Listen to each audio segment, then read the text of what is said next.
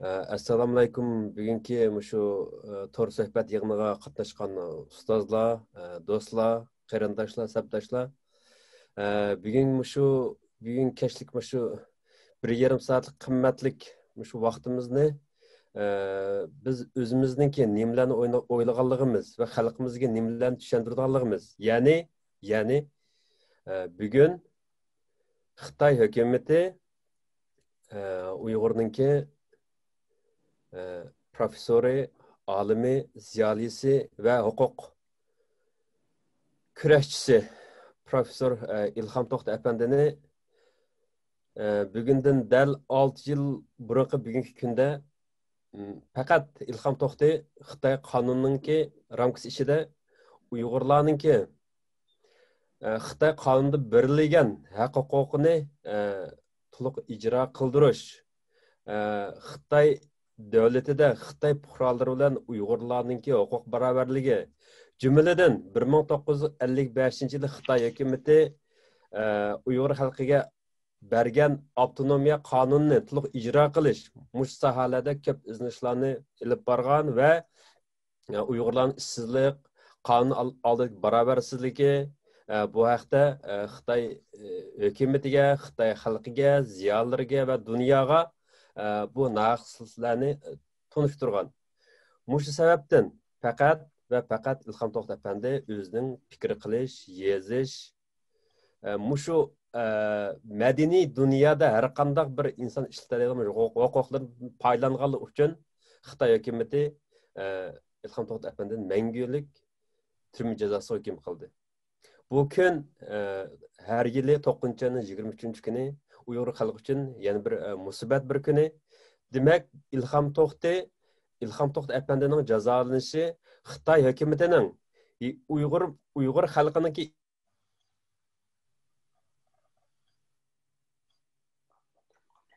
o'z iqtisod har sohaga ega chiqish bu huquq bo'yicha hech qanday murassarlashmaydiganlardan iborat bir negizli bir haqiqatni Uyg'ur xalqiga to'nitdi. Şuna bu İlham To'xta meselesi Uyg'ur jamiyati uchun bo'lsin, dunyo jamiyati uchun bo'lsin, xalqaro jamiyatlar, davlatlar uchun bo'lsin nihoyat muhim. Chunki burun bu haqda yozmalar yozilgan Uyg'ur xalqidan birla İlham To'xta chiqdi. İkinci İlham To'xta chiqmadi, chiqishni arzu qilamiz. Şuna büyük sohbatimiz, tor sohbatimiz İlham To'xtaniki şu 6 yıl burun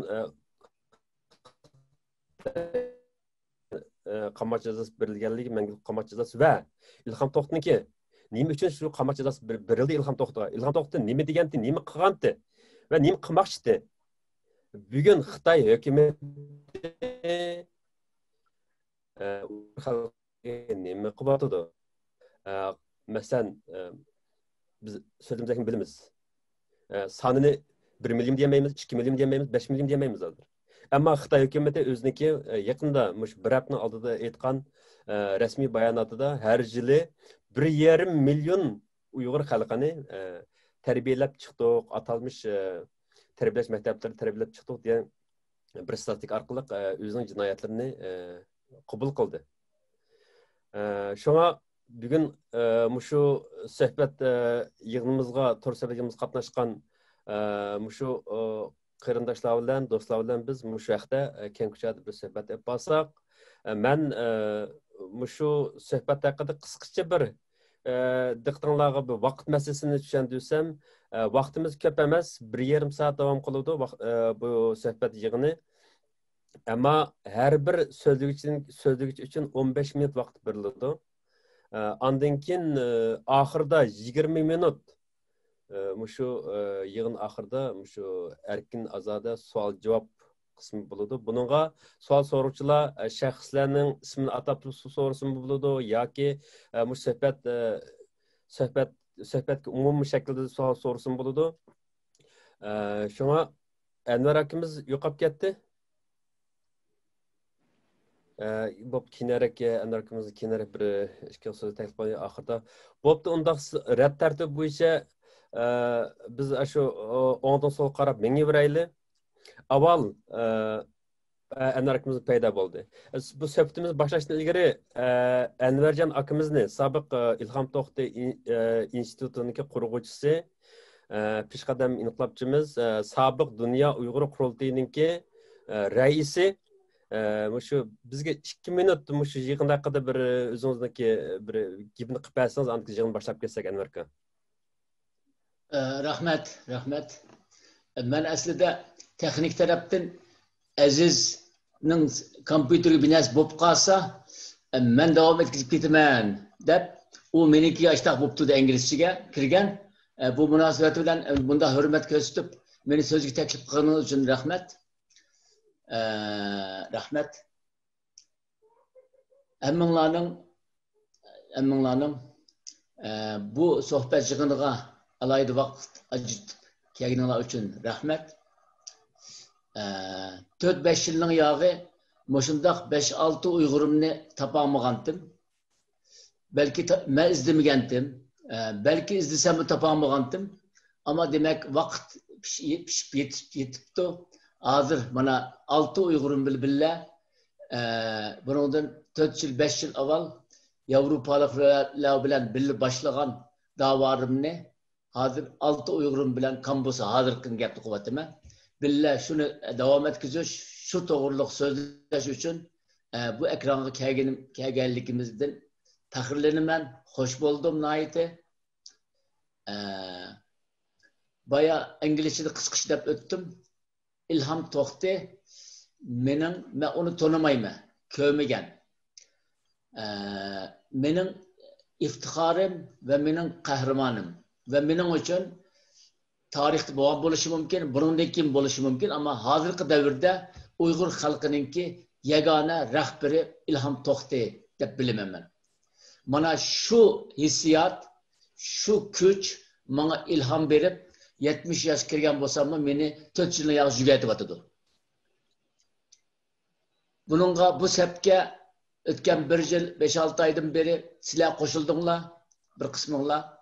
Texim kuchlandik. Demakchi bo'lganim,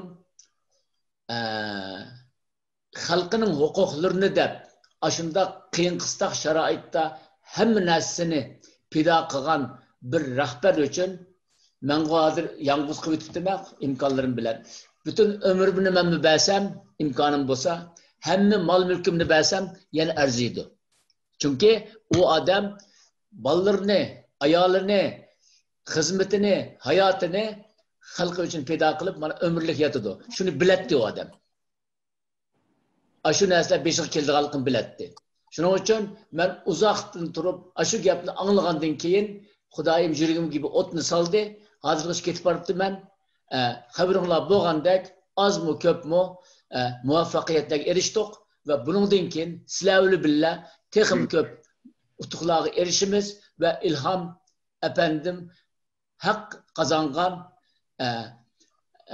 palliga yetib boramiz va Xudoyim bursa uning ozodlig'iga erishishiga uchun ishlaymiz va uningga erishimiz deb ishonaman.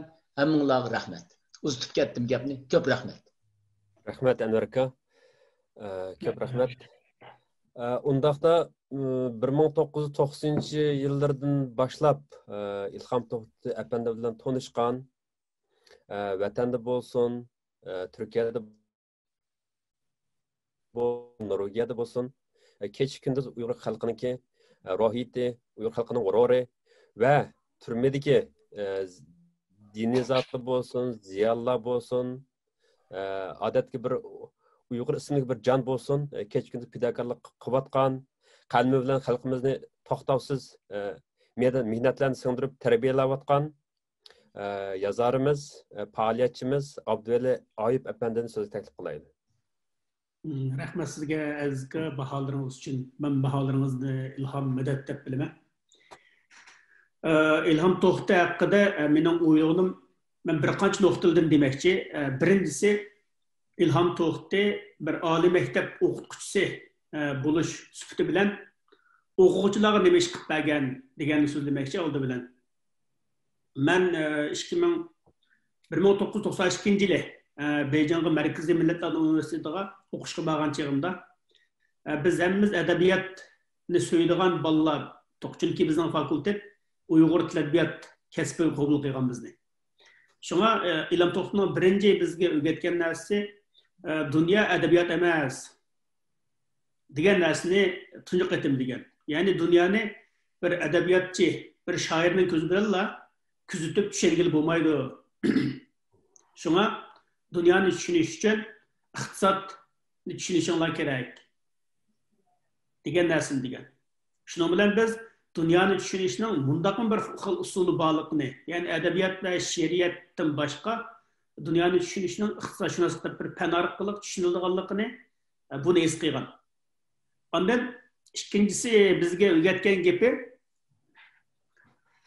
biz huquqlarimizni bilishimiz kerak, huquqlarimizni qonun bo'yicha qo'g'dashni bilishimiz kerak.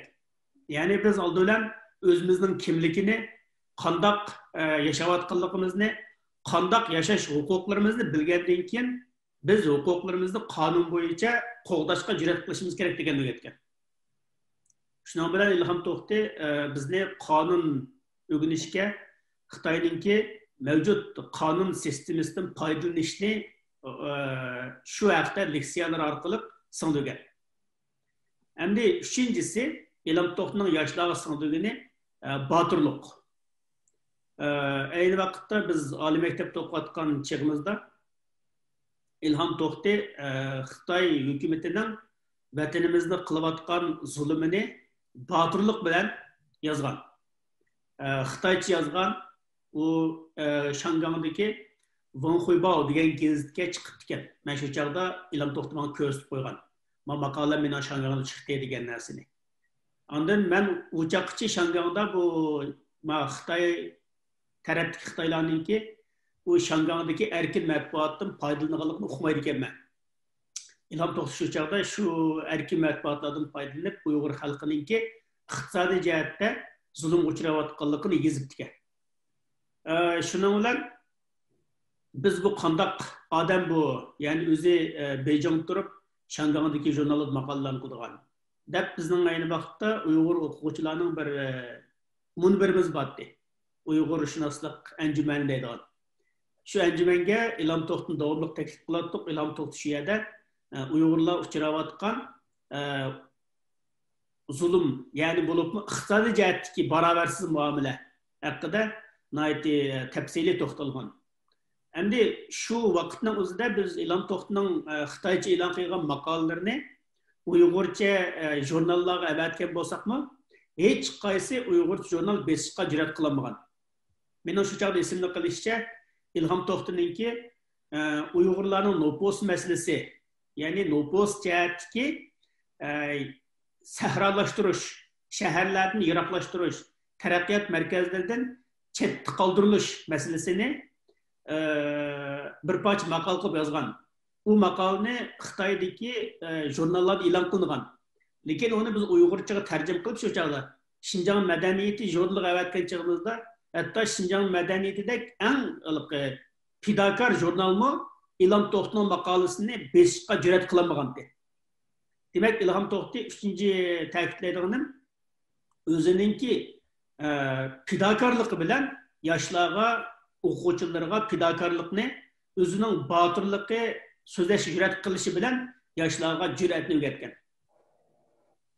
Endi ikkinchi so'zlaydiganim Ilhom To'xtov haqidagi bir xato tushuncha haqida to'xtalib o'tmoqchi. Bultur esimli qilishcha 11-oy bo'lishi mumkin. Ilhom To'xtovga oltin medal berildi. Bu medalni Anvar Jakim topshirib oldi. Shu so'rinda jamoat arbobimiz Ilhom To'xtovni Xitoyni xato tushunib qolgan, Xitoydan umid kutib qolgan, Xitoyga oldinib qolgan degan talaffuzda so'zladi. Menga bu gap qattiq ta'sir qildi. Ilhom To'xtov hargizmi agar Ilhom To'xtovning maqolalarini o'qib baqqan, nutqlarini o'qib baqqan, uning asarlaridan bahrlangan, tushungan bir odam bo'lsa, Ilhom To'xtovni Xitoyga oldinib qolgan degan bu hukmni chiqarmaydi. İlham To'xtay Xitoyga alınıp qolgan emas, İlham To'xtay Xitoydan nimani olalaydiganligini bilgan va shuni ilishga tirishgan. İlham To'xtay Beyjingda bo'lg'achqa, Xitoyninki Uyg'urlar shu chog'da belgini avtonomiya bo'lg'achqa, Xitoydan qonun bo'yicha og'ini bo'ldigan narsaga tirishgan. Hargizmi Beyjingda turib Xitoyga mustaqillikni ber demagan. Chunki Beyjingdagi Xitoy, Beyjingdagi İlham To'xtayga Beyjingda turib mustaqillikni bermaydi. Ham mustaqillik degan narsani hech kim vaqirab og'ilmaydi. Dunyoda hech qanday millat mustaqillikni vaqirab talab qilib olgan emas. Bunda ishonmaydi. Shunga İlham To'xtayning olalaydigini, İlham To'xtayning talab qilalaydigini Xitoy qonunining belgini. İlham To'xtay bu masalada hargizmi Xitoyga olinib qolgan emas, balki Xitoydagi bor imkonlardan Uyg'urlarni bahramand qilish uchun Xitoydagi bor qonunlarga asosan Uyg'urlarni qo'g'dashga tirishgan. Shunga bu İlham To'xtay haqidagi bu xato tushunchaga azroq bir izohat berib qo'yishni loyiq topdim. Endi İlham To'xtay haqida bizning bu tirishchanliklarimizninki İlham To'xtay qanday foydasi bo'ldi? Nurg'un odamlar bu biz faoliyat arxiv to'plash va bu bizning dardman Uyg'urni xalqaro muxbirlarga tanishtirib qo'yish jarayonida bizning kishilarimiz, avomning so'raydigan savoli bor. Buning nimaga foydasi bor deydi. Endi bizning hozirgi shu İlham To'xtay haqidagi tirishchanliklarimizning nimaga foydasi bor? Buni bir avom tilida desak, buning foydasi intayin jiq. Masalan, hech bo'lmagan chog'da men bir misol keltirib bersam, men 2014-yili 6-oyda turmada yetayotgan chog'imda qamoqda, Lyudovan qamoqxonasida bir kuni birisi Gundupay sening advokating kelibdi, sening ismingni chaqirdi dedi. Chiqsam bir ayol turdi. U ayol "Ha, chiqdingizmi?" dedi. "Ha" desam, u nima Gundupay meni advokatdan qishni qo'yib bir nimasi ishxonasiga kirib ketdi. Shuning bilan rasmni eliblar, bir rasm telefonni elib, telefonni chiqarib qarasam, telefonda İlham To'xtayninki bilan mening rasmimni haqilning ko'tarib turgan namoyish qilayotgan rasm. Bu bir namoyishning rasmi. Shuning bilan men bak hayajonlandim. Bana shu kuch meni, ya'ni ash qiyin qistoqlar ochidimi, sog' salomat turishga undadi. Ya'ni bizning xalqimiz bizni unutmabdi. Ya'ni dunyoning hamma yerda nada bo'lsin, kishilar bizni unutmaydi ekan, biz uchun tirishchilik ko'rsatibdi degan tuyg'u, degan fikr kelgan. Endi hozir bizning qilayotgan ishimiz balkim sizning opingizni qutqazmasligi mumkin, mening singlimni qutqazmasligi mumkin. Lekin biz qilayotgan shu harakat natijasida bizning vatanimizga yolg'ondan bo'lsa-mu bir tekshiruvchi bordi.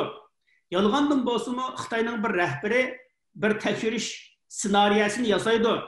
Shu kuni sizning onangiz, mening onam, sizning ochingiz, mening tog'am bir kun yaxshi tomoq yeylaydi, bir kuni azobdan qutuladi, bir kuni oromchilikqa erishadi.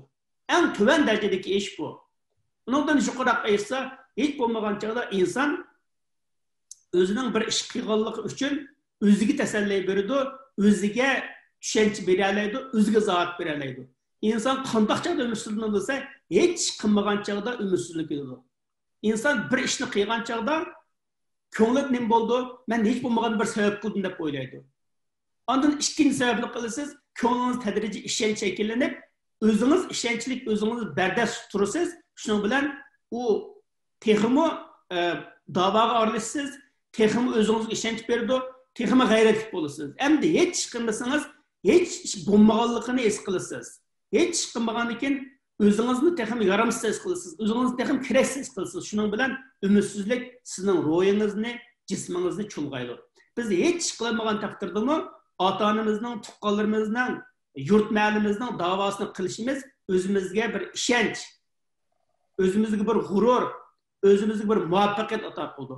Shuning uchun eng tuvanchak aytgan chog'dimi İlham To'xtay haqida bu davoni qilishimizningki har birimizning qalbiga, har birimizning vijdoniga intayin cho'ng foydasi bor deb qarayman. Rahmat. Rahmat Abduvali. Atrofliq ma'lumot so'zlab berdingiz. Mush yerda bir qistirib o'tib ketay dedimda, shu İlham To'xta apandi shu tor internetda nihoyat aktivdi. Men shu 2007-yildan boshlab men dastlab London Uyg'ur ansamblinining tor betini va tashqi ishlarni yapadim Uyg'ur madaniyat sohasi bo'yicha. İlham To'xta mush ishlarni bildikan to'q. 2010-yilda bircha qarsam, Londonda bo'lgan faoliyatlarni, shu Uyg'ur biz tor betida shu yil 3-4 qatim shu Uyg'ur biz torda beratdi, London qo'rqmay beratdi. Hatta İlham To'xta yozgan maqolalarni Şinjan gazeti yoki Urumchidagi matbuotlar e'lon qilmasa, İlham To'xta chet eldagi faoliyatlarni shu Uyg'ur biz torda e'lon qiladi.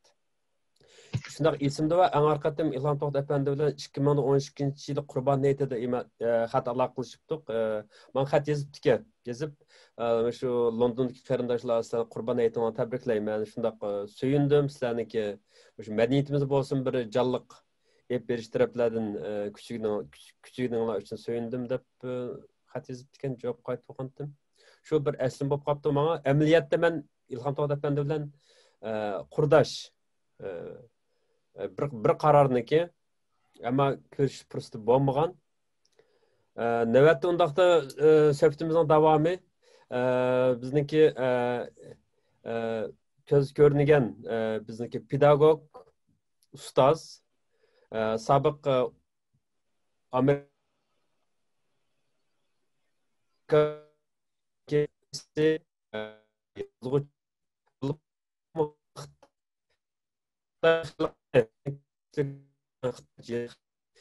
tarbiyalab Long Torches'ten diyen bu şaraplik namlı Xitayning minsin sındırıp atkan bizdeki faoliyatçımız İrşad efendim, şu İlham To'xta efendi hakikaten büyük söhbetimiz hakkında kıymetli fikrini anlaylı. Merhamet.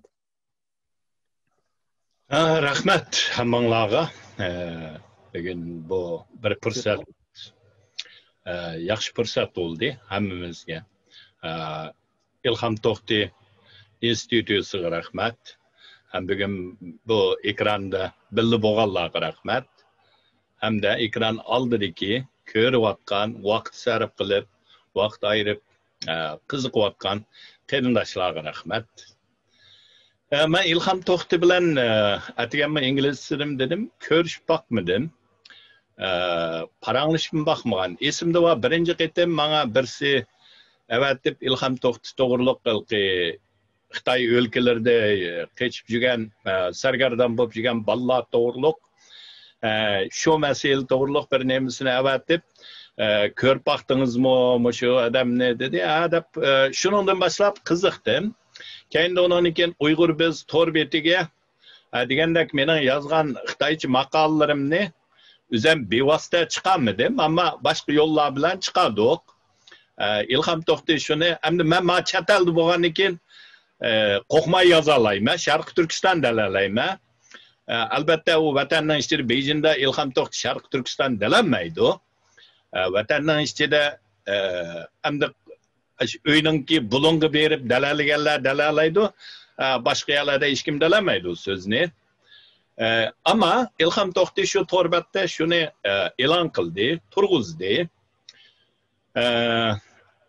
Demek İlham To'xta bunda degan vaqtida Uyg'urlarning ichida Abduvali Ayub bir muhim narsani o'tirib qo'ydi. O bo'lsa biz huquqimizning jiqini tadrijiy holda o'zligimizdan ketkizib qo'ygan millatni deb qarayman men.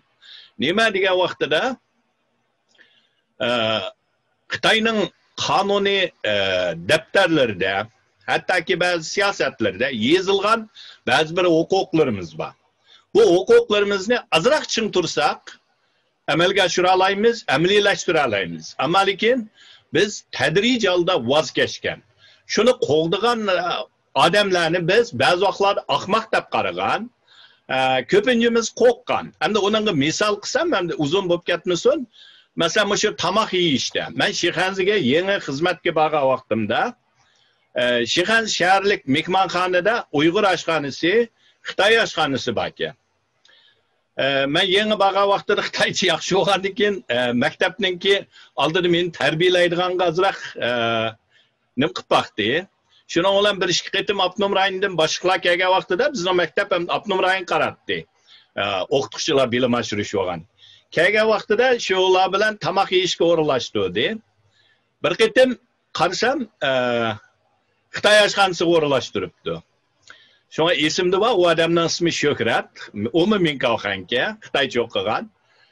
Şuna Şöhretga ayakta Uyg'ur oshxonasi var desam, "Afkan bugün ayrim bizga qilib berdi" dedi. Dedi, Şöhretga xafa bo'lmaysiz, men Xitoy oshxonasidan tamoq yemayman dedim. Men agar bu yerda o'tirma desangiz, men ayaga chiqib, tamog'imni yeb bo'lib kirib, siz bilan paranglashib o'tiray. Desam, turib qoldi, ammo hoş olmadı. Ben çıkıp yap girdim. O adam çıkmadı. Yap girip belli otadım.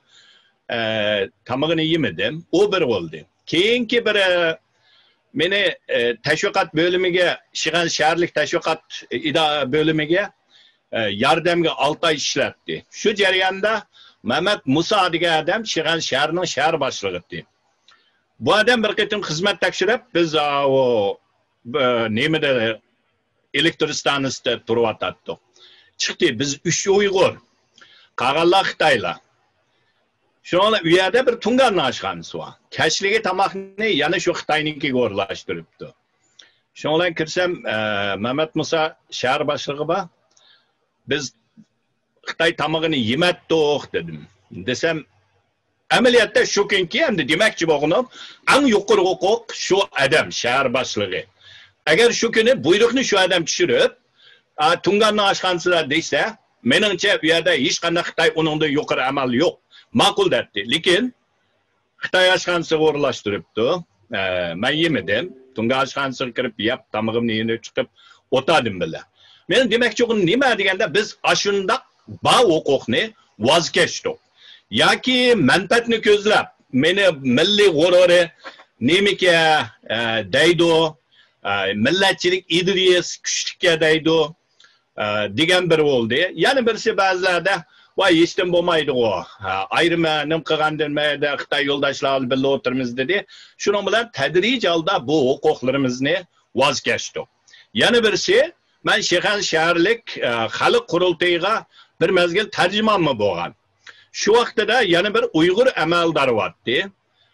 Bu adamninki so'zini Uyg'urcha so'zlab biz tarjim qilib beramiz. Ama kaynida bir kuni u adam bana kelib Elshad ukam, "Men Xitoychisini sal o'qib yetay" dedi. Dedi turib, "Abaydulla aka, eng yaxshisi siz Uyg'urcha o'qing, biz tarjim qilaylik" dedim. Endi u yerda yig'inning jarayonida jiqqa qilgan olmaydi.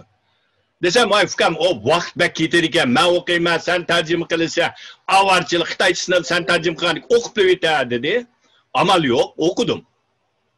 Ama yig'in tuganiki dedim, bu bizning huquqimizdir.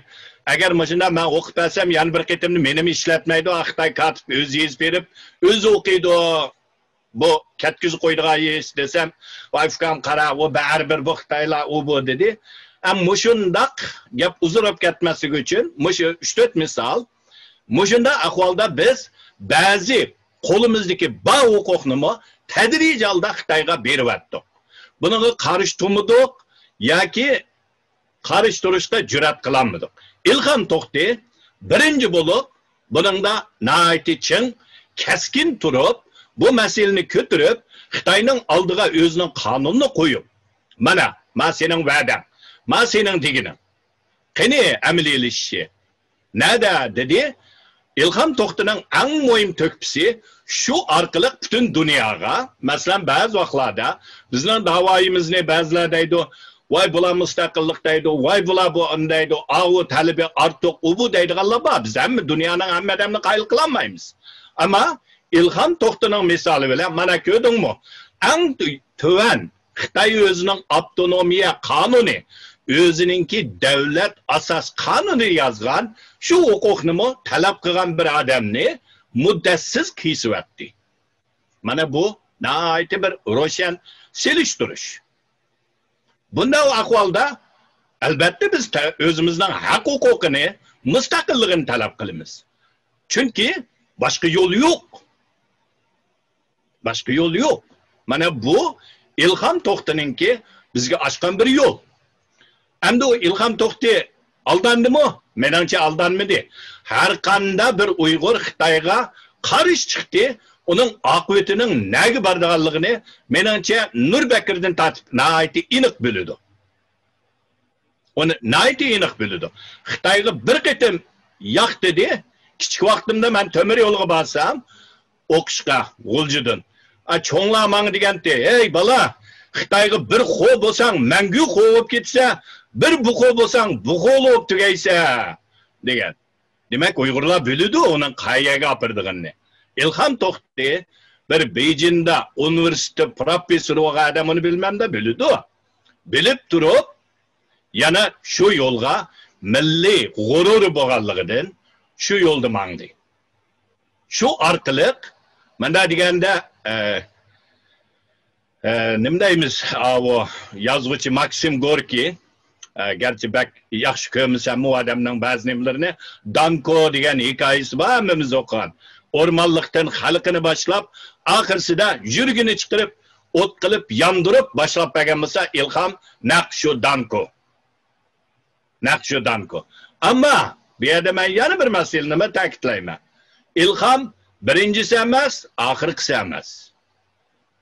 Mayli Şengsayning vaqtidan bo'lsin, mayli uning oldingi vaqtlari bo'lsin. Bizning millatimizda mayli ayol qahramonlarimizda Nozgom yana bir nima anati o ba yaqinqi zamonlarda uning oldilar Jahongir Xo'ja Xitoy qarshi turgan tajovuzchilarga. Uningdan keyingi yaqinqi zamonda 49dan keyin yakında radyoda beriyotgan Abdurim Aysa, Ziya Samedi, onundan keyinki Madaniyat inqilobi jarayonidagi Uyg'urning ziyolilari. Onun keyinida masalan shu bizning asldagi Uyg'ur yezg'imizni asli keltirish uchun men shuni jarayonini Xitoycha maqola yozib o'qidim. Shu vaqtda Xitoylar unamagan. Ammo lekin Sayfullayev qurultay yig'inida tuyuqsiz ma Uyg'ur yezg'ini asli keltirishni bugun ma'qullayli deb qo'l ko'taringlar deblar, shu yerda buni ma'qullab asliga keltirgan. Mayli o asli keltirishninki yezg'ning o'zgarishi hozir qanday deyishayli, chatal talishayli, ammo shu yerda Uyg'ur yezg'ining asliga kelishiga shu odamlar cho'ng to'p qo'shgan ziyolilar. Demak, bizningki ziyolilarimizning ichida İlham To'xtideklar burundan chiqib kelgan, hozirgacha chiqyapti-da. Muhimi biz ularni tanishimiz kerak, ularni qadrlashimiz kerak, ularni hurmatlash kerak, hayotlarini tirik qutuldirib chiqishimiz kerak. Ularning qiymatini bilishimiz kerak. Bu bizga topshirilgan hozirgi vazifa. U yerda turmada yotgan odamni uni qimmadi, buni qimmadi deb kompüterning aqsida o'tib olib so'z qilmoq oson.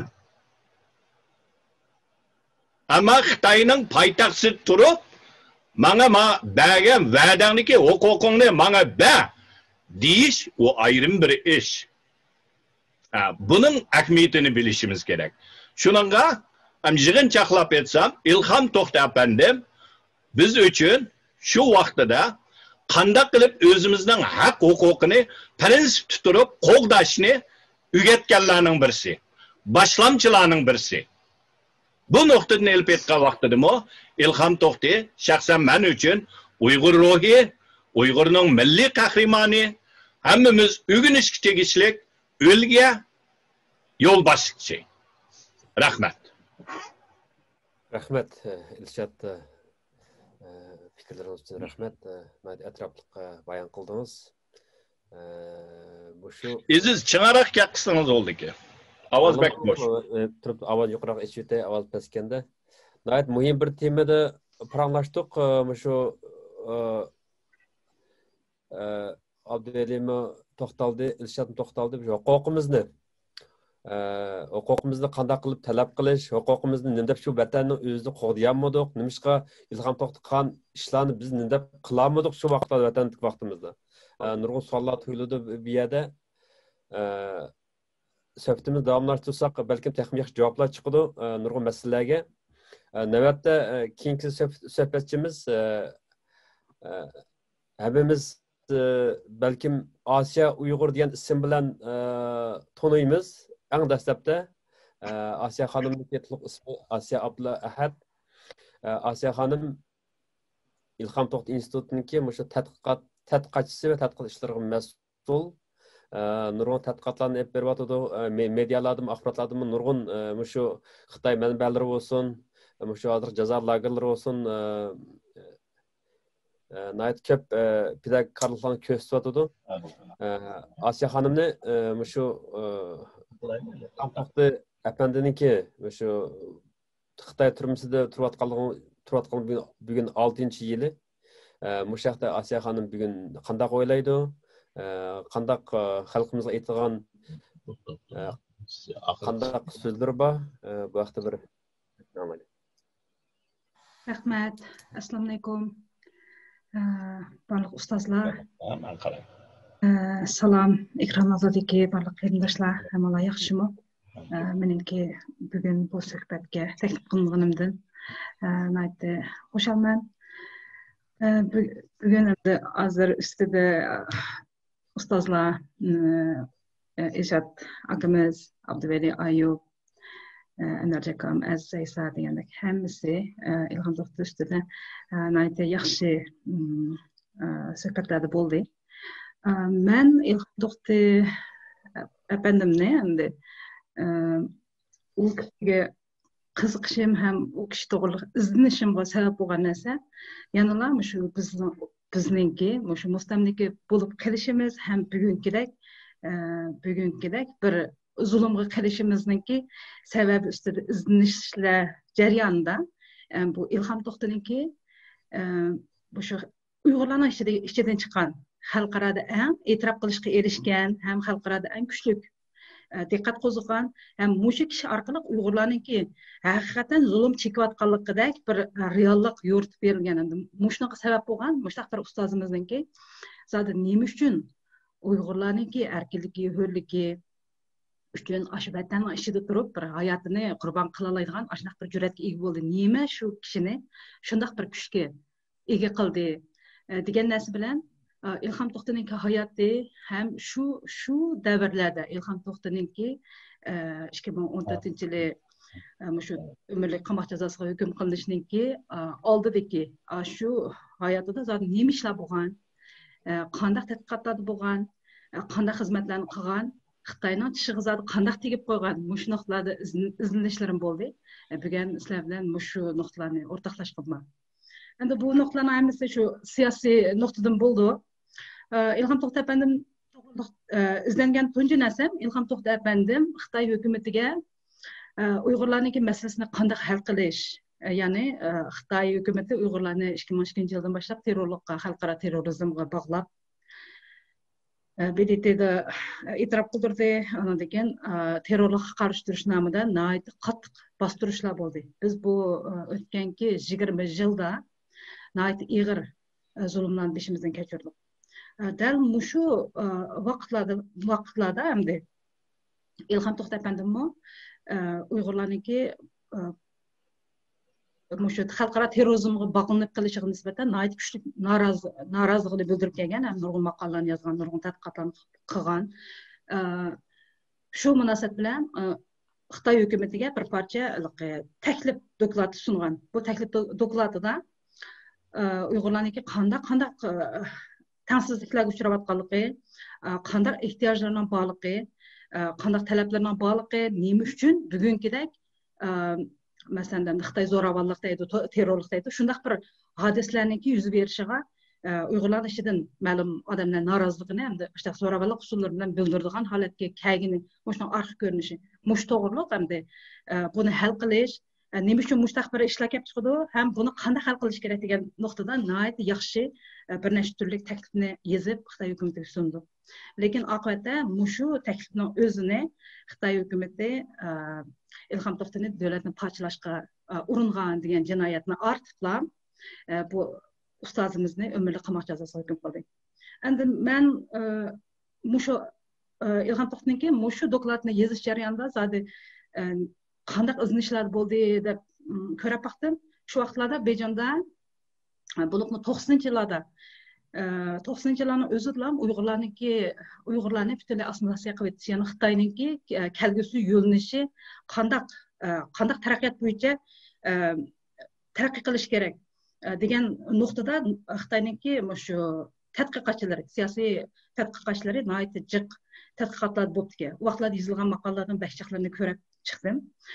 Ashlarniki asosliq temasi asonliq millatlarni qanday assimilyatsiya qilish. Endi bu yerda asonliq millat degan vaqtida endi Xitoy asonliq millat deydi, amaliyotda biz asonliq millat deyilsak to'g'ri bo'lmaydi mening qarashimcha. Bu yerda asonliq millat deb ko'zda tutgani yo'qotishni umid qiladigan. Biz Tibet, anandiki Mongol, Manju, anandiki Guangzhou deydigan bir millat borki, Xitoyda eng Xitoydan qasdi 2-chi o'rinda turgan yuqori nüfusdagi millatgan bu. Endi bularni yo'qotish, undan boshqa Yunan Go'yju deydi, bu taraflardagi Guangzhou deydi. Shunday xiyollardagi asonliq millatlarni yo'qotib etish. Endi bu narsalarni Xitoy 49-yili davlat qurgandan tortib asosiyatdan tamomlab bo'ldi-da, chunki u 56 millat bor degan bilan shu Tibet va biz endi ishkasi Mongol bu millatlardan boshqasi asosiyatdan Xitoy tilini ishlatilgan holatga o'tibdi. Endi qolgan biz bilan bizning vatanda yashaydigan turkiy millatlar, endi ularniki soni oz. Endi bizniki sonimiz jiq. Endi bu yerda yo'qotishga asos sabab bo'lganimi? Shu soni ko'p bo'lgan biz va Tibetlarni asos nuqta qilib yo'qotish. Shuni endi plan qilgan ekan. Buning oldida 79-yili, ya'ni bilimiz 78-yili Xitoy islohot ishini etish siyosatini yo'lga qo'ygan. Bunun oldida bular 30 yillik ishni taqash, ya'ni o'zini o'zi qamdash, nurg'un fojialar bo'ldi. 30 yillik ishni taqab yashash jarayonida. Bularga vayron bo'lay degan vaqtda Dajjal islohot ishini etish strategiyasini yo'lga qo'yib, bular aran tasdiqlab oldi. Shu vaqtda 79-yili Mongol avtonom rayonidagi ishki Mongolniki shu birinchi avlod raisi shu asonliq millatlarni assimilyatsiya qilish uchun bir plan o'tirib qo'yibdi, ya'ni g'arbni ichish ham Yuanjiang deydi Xitoylar, Yuanjiang deydi, Xinjiangga yordam berish degandek. Shu usul orqali u yerdagi cho'ng millatlarni Yuanjiang deydi, Xinjiangga yordam berish yoki Uyg'urlarga Xinjiangga yordam berish degandek. Shu strategiyalar bilan bu millatlarni asosiyatda yo'qotayotgan bo'ldi degan planni o'tirib qo'ygan ekan. Lekin o'tirib qo'ygan bilan bu vaqtda islohot ishini ketish bo'lib, Xitoylar ichki jihatda islohot qilish, sirtqi jihatda sirtqi ishni ichib etish, bozorlashish, anandaki kapital holatga yuzlandi. Undan Amerika bilan munosabatni yaxshi qildi. Bunday ahvol ostida bu assimilyatsiya qilish, bir millatni butunlay assimilyatsiya qilish, bunday siyosatni yurgizish Xitoyningki amaliy ahvoliga nisbatan ancha muvofiq kelmaydigan bir sharoit bo'ldi-da. Shunga doir shu Xitoyningki bir siyosiy tadqiqotchilarga Zhong Yunnan deydigan bu odam hozirmi Xitoy shu Shi Jinpingningki davlat otasi, ya'ni davlat ustozi degan nomi bor ekan. Bu kishi Singapurningki Golida shu deydi davlat universiteti. Shuningki professor ekan, ham yaqinda ma'lum bir keyindan bir gaplar chiqib qilib, bu odam xizmatdan istifa berib, hozir yana Xitoyningki ichida davlat strategiyasiga yetakchilik qiladigan bir 9 tadqiqotchininki birisi bo'lib ishlayotdi. Bu odam 93-yilda yozgan bir maqolasida shu Uyg'urlar Tibetlarni ham assimilyatsiya qilib etish kerak. Agar bunday qilib etmasak, biz davlat ulus, ya'ni biz zaminimiz cho'ng, xalqimizni aytijik. Bunda ahvolda biz taraqqiy qilamiz desak, cho'qim bu xalqlarni bir davlat, bir millat qilib bir hokimiyat ostiga jug'lashimiz kerak. Bunda qilish uchun bularni assimilyatsiya qilish qadamini tezlatish kerak. Bunda shuna qilish uchun, ya'ni avtonom rayon huquqlarini hamma atlashlab etib, Singapurningki siyosiy uslubini ashuni qo'llansak bo'ldi degan taklifni shu vaqtda beribgan. Shu taklif chiqqandan keyin bu Uyg'urlar Tibetlarni assimilyatsiya qilish to'g'risida nurg'un tadqiqotlar bo'lib ketdi Xitoyning siyosiy sohasida. Nayt ko'p maqolalar yozilibdi, bu to'g'riliq munozaralar nayt qizib ketibdi. Ham kechiringlar, vaqt jiq bo'lib ketdimi? Yok, vaktiniz var, 5 minut vaktiniz var yine. Bo'ldi. Oxirida qisqaroq so'z aytay. Shinolan mushu tadqiqotlar bo'lib qilgan bo'lsa-mu, bu yerda endi bu Xitoy islohot etish, bu Amerika bilan munosabatni yaxshilash, bu demokratiyaga minish tak inkosni dunyoga berish bunday ahvol ostida endi bu keng ko'lamlik bunday bir asosiy siyosatni yurgizishga nim qilolmagan, ega bo'lolmagan endi sharoit hozirlayolmagan. Anonki o'zining davlat kuchimi uningga yo'l qo'ymagan. Shunaq bo'lsa-mu, shu vaqtlarda planliq tug'ut deydigan siyosatni yo'l qo'ygani bizniki cho'nglar biladi. Sizlar bizmi bilishim, sizlar bilishinglar mumkin, men bilmayman. Planliq tug'ut siyosatini yo'l qo'yishdagi sababmi shu nopostni kontrol qilishni asos qilgan ekan. Ya'ni 2010-yildagi 5-navbatlik nopos tekshirish ham 2010-yildagi 6-navbatlik nopos tekshirishda shu Uyg'urlar bilan Tibetlarniki noposiniki ishib ketgani bo'lib, Uyg'urlar noposiniki Xitoy hokimiyatini cho'chitgidek darajada jixlab ketganligi to'g'risida necha manbada shu to'g'riliq statistik ma'lumotlar ham tadqiqot maqolalar bor ekan. Endi demoqchi bo'lganim, shu ahvollar sababli Xitoy ichida Xitoyniki siyosiy sohasida siyosiy tadqiqotchilar nurg'un maqolalar yozgan. Dal shu Ilhom To'xtay apandim Uyg'ur masalasiga, ya'ni Uyg'ur biz Sorbetini 2006-yilda quribdi. Uyg'urlikni ta'kidlayotgan xalqqa Uyg'urlarniki haq huquqlarini talab qilayotgan, ham Uyg'urlarniki xalqaro obrazi tushib, terrorlikqa bog'lanib. Xitoyning ichida Xitoylar va ishkirda Uyg'urlik qildi, Uyg'urlarning obrazi nihoyat xunuklashgan davrlar bu. Lekin Ilhom To'xtay shu yerda ko'krak ko'rib chiqib Uyg'urlik kimligini ham Uyg'urlarniki aslida Xitoyniki asos qonuni bo'yicha avtonom rayon huquqiga ega, lekin bu huquqlardan azaldan bahramand bo'lib boqmagan, ham bularning huquqlariniki qanchalik dafsan qilinganligini o'tirg'a tashlash orqali xalqarani asli Uyg'urlarniki bir ziyonkashlik uchirgan bir millat ekanligini, bu yerda Uyg'urlardagi masala emas, bu xalqaro terrorlik aralashib qolish yoki Uyg'urlarniki norozilik harakatlarida bo'lishi hargizmi Uyg'urlarniki cho'qim Xitoy nihoyat yaxshi siyosat qo'llanib Uyg'urlarga barobar muomala qilgan bir sharoitdimi, shunaqa rozi bo'lmay Xitoy hukumatiga qasddan buzg'unchilik qilayotgan bunday harakat emas. Aslida Uyg'urlarniki haq huquqlari butunlay tortib olinib, nihoyat suiqasdlik bir siyosatniki qurboni bo'lgan bir millat ekanligini xalqaroga bildirishni nihoyat muhim deb bilgan. Haqiqatan shu Ilhom To'xtayniki shu vaqtdagi shu harakatlari bo'lmagan bo'lsa, bugünkidek, ya'ni xalqarodan Uyg'urlarniki asli tinchlik suyab, Uyg'urlardanmi qonun orqali, tinchlik orqali o'zining dafsand qilingan haq huquqlarini dunyoga bildira oladigan, o'zining nim bo'lganligini dunyoga bildira oladigan bir xalq ekanligini qabul qiladigan bir ahvollar yuz bermaydi deb o'ylayman. Meni Ilhom To'xtay bo'lgan tushuncham asosida shu bizning bugungi davoyimizda xalqaroning ko'proq bizga diqqat bo'lishi ham biz to'g'ri izlanishlarga, ya'ni Ilhom To'xtayniki shu vaqtdagi shu tadqiqotlar nihoyat zo'r sabab bo'lgan, ham ta'sir ko'rsatgan desak bo'ladi. Men so'zdan bakcha so'zlab ketaman, men shuncha so'zlay, qanday boshqa ustozlar so'zsin. Rahmat, vaqtni to'liq foydalandingiz. Navbatdagi suhbatga shu suhbat qatnashganlar ichida birdan-bir Ilhom To'xtayniki o'quvchisi Anvar Erdem inimizni suhbat taklif qilsak, Anvar Erdem inimiz o'zi Yevropaga yangi kelgan bo'lsin, uzoq bo'lmadi-ku. Kelgili, ammo o'ziniki bir boshqa Uyg'urlarga nisbatan aytganda, men chig'imdimi bu Yevropaga kelganim 20 yilda ochdi, 5 yilgacha o'zimning ismini to'liq oshkorlab yurmagan. Abdulla bilan shu vaqtlarda Uyg'ur aziz deb sizlar xatolar qilishyapti-ku. Siz Beijing vaqtingizda. Demak, nihoyat alqishlashga arziydi.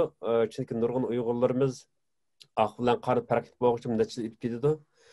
Qisqasi, Anvar inimiz yaqinda nihoyat yaxshi Osiyo Uyg'ur bilan birlikda Hollandiya Uyg'ur inson haqlari fondini qurib, nihoyat jonliq faoliyatlarni olib beryapti. Bo'libmi, hozirgi jazo lagerlarini anglitishda ko'p tuhfa bilan qo'shyapti. Anvar inimizni shu Ilhom To'xtayning o'quvchisi bo'lib bilan shu ustozingiz haqida nimalarni bilasiz va hozir nimalarni o'ylayapsiz? Shu xalqimizdan bir fikrlaringizni o'rtoqlashgan bo'lsangiz. Salam köpçülük, hammalarga rahmet. Meni bu suhbatga taklif qilgan Anvar akamga shundaqla so'z postlagan Aziz Esa akamizga rahmat.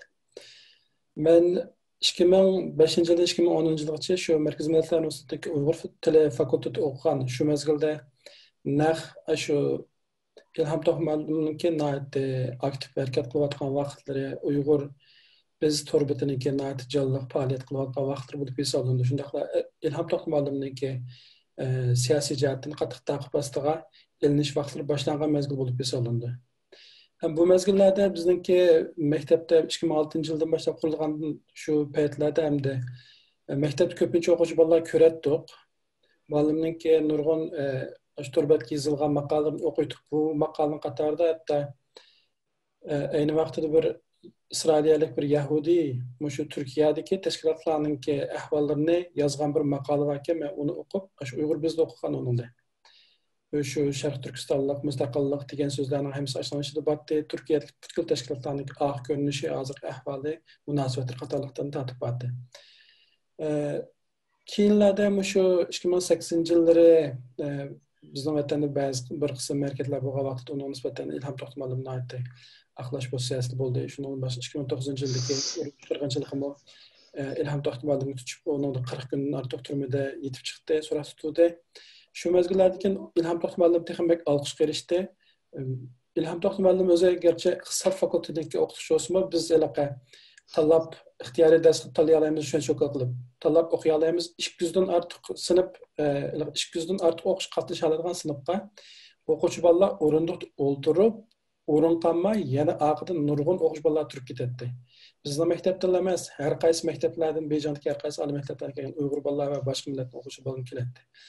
Shu qadar qizg'in olqishga erishgan muallimning dasi. Shundan bilan birga muallim shu munbarning ustida turib, nayt ochiqga qiladi.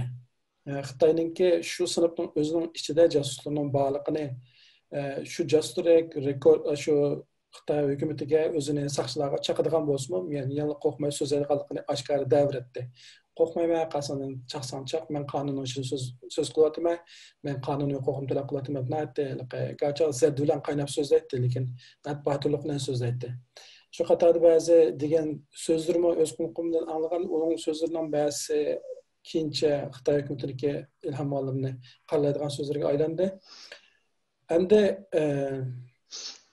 men bilgan narsalar bek jiq emas. Muallimga bir o'quvchi bo'lib 2 mavsumdek dars anglab sirtdan shu shuncha qilib holatda tanlagan dars qilib olgan bo'lsam-mu, o'zidan xizmatlarga bek jiq yordamli bo'lolmagan. O vaqtda men bek jiq oqqani farq etmaslikim va yoki ensirab qolgan bo'lishi mumkin o'zimdan.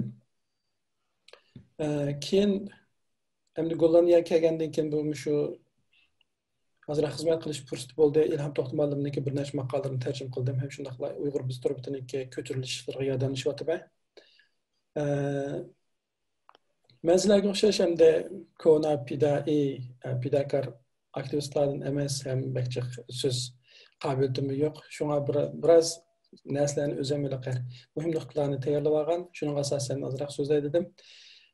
Men so'zmoqchi bo'lgan tema balkim shu Asiya Abdullahat Asiya xonimga munosabat Asiya xonimniki so'zga temasiga munosabatroq chiqib qoldi ekan.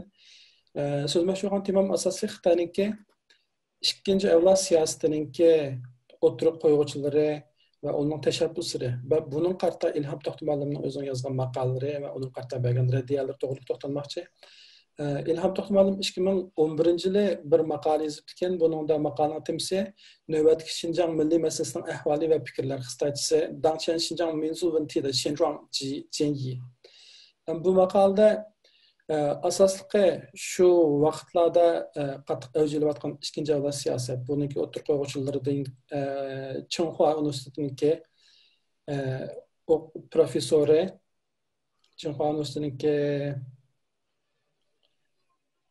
Devlet Ahvali İnstitutu'nunki müdiri Hu Engang ve onun okuyucusu şundaqla Birlik Siyasat Ministerliği'ninki 9. bölümü Şarkı Türkistan mesul Xitay Liu Xulianhe. Bu ikisi birleşip yazgan. Bu Xulianhe şu 2018 yılı BDT'da Kaysar Abdülkerim bilen birle Türkiye'nin sözgünü şu. Aşkisi birleşip yazgan bir makale var. maqalaning temisi hozirgi zamon Xitoy milliy siyosat bu Maroniki.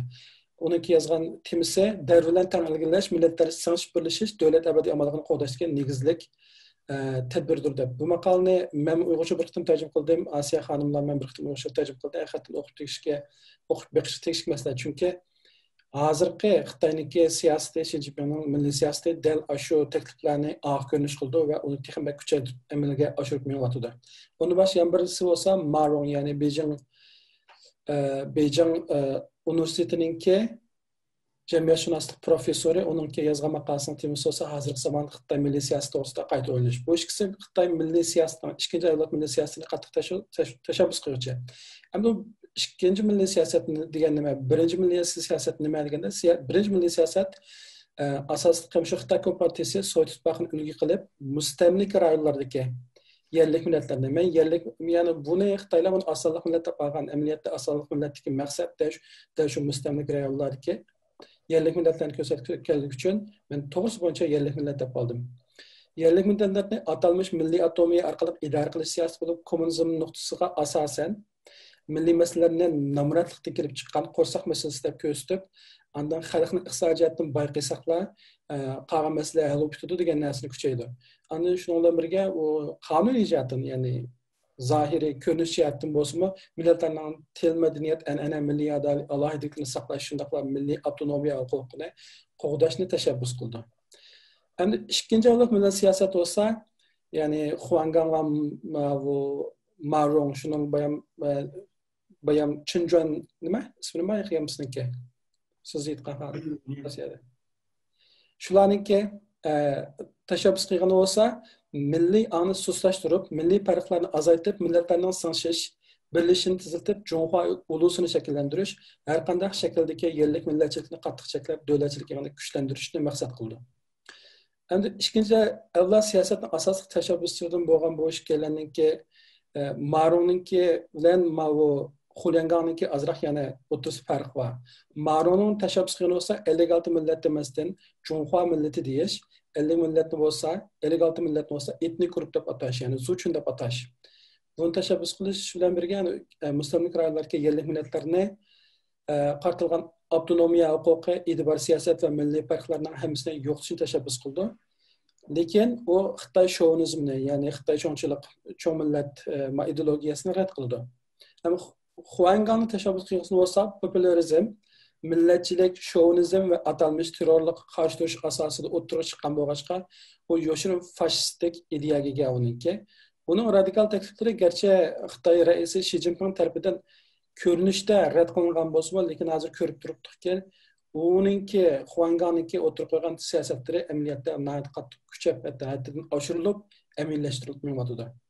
Hamda temiz qaytib kelsa, İlham Muallim shu 2011-yili yozgan u maqolasida shu Huangang va Maroningki taklif fikrlariga radiya bergan. Ochiq ismini atmagan bo'lsa, Maroningki ismi ochiq ataliq, lekin Huangangni atmagan bo'lsa, mumkinlik. İlham Muallim maqolasida Sharq Turkistondagi milliy masalalarga asos 9 nuqtadan mulohaza qildi. Ularning har birining hozirgi ahvoli, sababi, chorasi to'g'risida tanqid va taklif beribdi. Mazkur 9 nuqta bo'lsa yerlik millatlarning ishsizlik masalasi, qo'shtil ma'rifi, diniy oshqunlik, milliy ayrımchilik, yerlik millat kadrlari va ziyolilarga ishonchsizlik, Bington masalasi, hukumatning ijroat iqtidori va inovat masalasi, milliy avtonomiyalik rayon va davlatni parchalash qatorliqlari to'g'risida to'xtalibdi.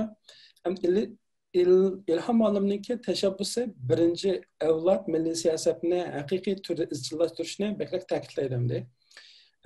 İlham Muallimning o'zining so'zini olsak, yerlik millatning umid qildig'ini haqiqiy milliy avtonomiya. Agar milliy avtonomiya bo'lmaydi ekan, undaqda ikkili xil tanlash bor degan gap. Biri avtonomiyani bekor qilib majburiy assimilyatsiya qilish, hozir Xitoyning qilayotmoqchi bo'lgani. Yana bir bo'lsa milliy mustaqillik. Ya'ni bizning qilmoqchi bo'lganimiz. Milliy avtonomiyani bekor qilish to'lim xatarlik. Davlatning butunligiga zahmat yetkazuvchi avtonomiya bo'lmasdan, balki avtonomiya huquqini yo'q qilib o'tish deb yozgan. Chunki Marong va Xulianganlarniki o'tirib qo'yayotgan narsasi, ular deydiki, bu Lenin va Stalinninki milliy siyosatdan biz saboq olishimiz kerak, chunki milliy birlik asosida qurilgan milliy avtonomik rayonlar yerlik millatlarni siyosiy ma'noga ega qilib, milliy rahbarlar yerlik millatlarniki menfaatini qo'g'daydigan vakillarga aylanib qolgan. Milliy sardorlar va milliy ziyolilar millatchilik еңі burmalangan, bastırılgan, yoşurulgan bolğaç, sırtqı görünüşdə yuvaşlıq bilan birləşkən bolsunmu, biroq 1991-ci il Sovet İttifaqının ayrılmazlıq toğrusunda məsələn bir Rusiya, Qırğızistan, Tacikistan, Özbekistan, Türkmenistan qatarlıq məmləkətlərdə xalq yuqori avaz bilan Sovet İttifaqından ayrılmayımız degan bolsunmu, lekin milliy rəhbərlər, xalqның ziyalilari, milliy sərdarları bular xalqның rayını qo'ymay yalla mustaqillikni kuchayib tashviq qilgan va oxir xalqini mustaqillikqa, dövlətini mustaqillikqa erishtirgan. Bundan biz görə olayımız yani 100 yılın mabayında neymiş her 20 yılda degidek bir qitim Uygurlarımızdan, xalqımızdanki milli sərdarlarınki, milli rəhbərlərinki, ziyalilərinki, baylarınki və dini ulamalarınki qırğın qılınıyatqanlığı, tutub durmunu sunuyatqanlığının səbəbini bilərəyimiz. Hem şundaqla şu 2016-dan başlanğan lager məsələlərdə neymişqa şu xalqımızga dahi bola alaydigan adamlarninki ən beşidən tatib şu milli ziyalilərimiz, professorlarımız, doktorlarımız, dini ulamalarımızdaki lagerlar sonup yoqlanıyatqanlığının səbəbini bilərəyimiz. Anadan birgə yəni sizə bu komünizmin qarşıda məsələ açıqçılıq məsələsi, yəni namaratlık məsələsi olsa, bu da deyir ki 1993-cü il Çexoslovakiya degan bir dövlət başlanğan vaxtda iki dövlətin iqtisadi əməliyyatda təm, yəni iki rayon əsas bir dövlət, ikisinin iqtisadi məsələsi təm bolsunmu, yallan bölünüb ketgan. Bunun asaslı səbəbi dövlətin etiraf qilishi, yəni özünün şu iki dövlətini bir dəf etiraf qılmasının səbəbindən bolğan. Şunun oxşaş biz əgər bu milli avtonomiyani buları bəsək, bu hərgizmi məsələ bu milli avtonomiyani icra qılmagan məsələ olmasın, bəlkə yerlik millətlərinin Xitayni vətən deb etiraf qilish, etiraf qılmasıq məsələsi olğanlıq üçün biz uları bəsək bolmaydı deb barğan. Endi yana so'zlagan masalaning qatorida qo'sh til ma'rif to'g'risida Xitoy Huangang Xitoy tilini umumlashtirish, qo'sh tillik ma'rifni yaslidan tartib yo'l qo'yish, aralash o'qishni tashabbus qilgan. İlham ma'lum bo'lsa, qo'sh tillik ma'rifni emniyati yaktilib ma'rifga yuzilayotganligi, Uyg'urlar avtonomiya huquqi bilan o'zininki hukumat tili bo'lgan Uyg'ur tilini taraqqiy qildirish huquqiga ega ekanligi. Lekin shu Uyg'urlarning vatanida Uyghur tilini chetga qilayotganligi, Uyg'ur nashr afkorlari, Uyg'ur nashr buyumlari chetga qilayotganligi, cheklanayotganligini o'tirib qo'yib, agar bunday qilaversa, vatgan chog'da o'sha ona tilini qo'g'dash harakatlari qo'zg'alib, aks ta'sir paydo qiladi degan. Masalan, buning misolimiz Abdulla Muallim. Shu qatorda agar bundan menivaga vaqtda ham Uyg'urlar bilimsizlik ve bilimsizlik o'tirib chiqargan ishsizlik o'tirib chiqargan muqimsizlik paydo qilib davlatning bosh og'riq tugamaydi deb o'tirib qo'ygan. Diniy jihatdan Huangang atalmış uch xil kuch qalqin keltirib yerlik millatchilik ve diniy kuchlarni yiltizdan qovurib tashlashni aytgan bo'lsa-mu, ilhom ma'lum bo'lsa, ortiqcha diniy bostirishning o'rniga Turkiya, Malayziya, Dubayga o'xshash dindorlik bilan zamonaviylikni birlashtirgan misollarni ko'rsatib, bu diniy oshqo'llikni o'lchamini aniq qilish, diniy ibodat bilan milliy urf-odatni aralashtirib etmaslik, hamini bir tarafa haydamaslik, shundaqla xalqninki dinga bo'lgan tashnaligini qonuniy yo'llar orqali qondirmagan chog'da ular qonunsiz yo'llar orqali oshqin ideyalarni Pokiston, Afg'onistonning ideyalarini chigizayotganligini aytgan. Bu to'g'risida 2014-yilda Aziz Kam yozgan bir maqolam bor, shu o'xshash ko'z qarash chiqar ekan Aziz Kamniki. Ondan keyin Huangang ma'lumlar millatlar ara ro'shan holda, ya'ni mahalla rayon farqini yo'qotib, aralashib o'rtoqlashish, nupus ko'tiki tuzilmasini bekor qilib, butun mamlakat ara erkin ko'chish, shundaqla ko'chirilish qatorlarini tashabbus qilgan.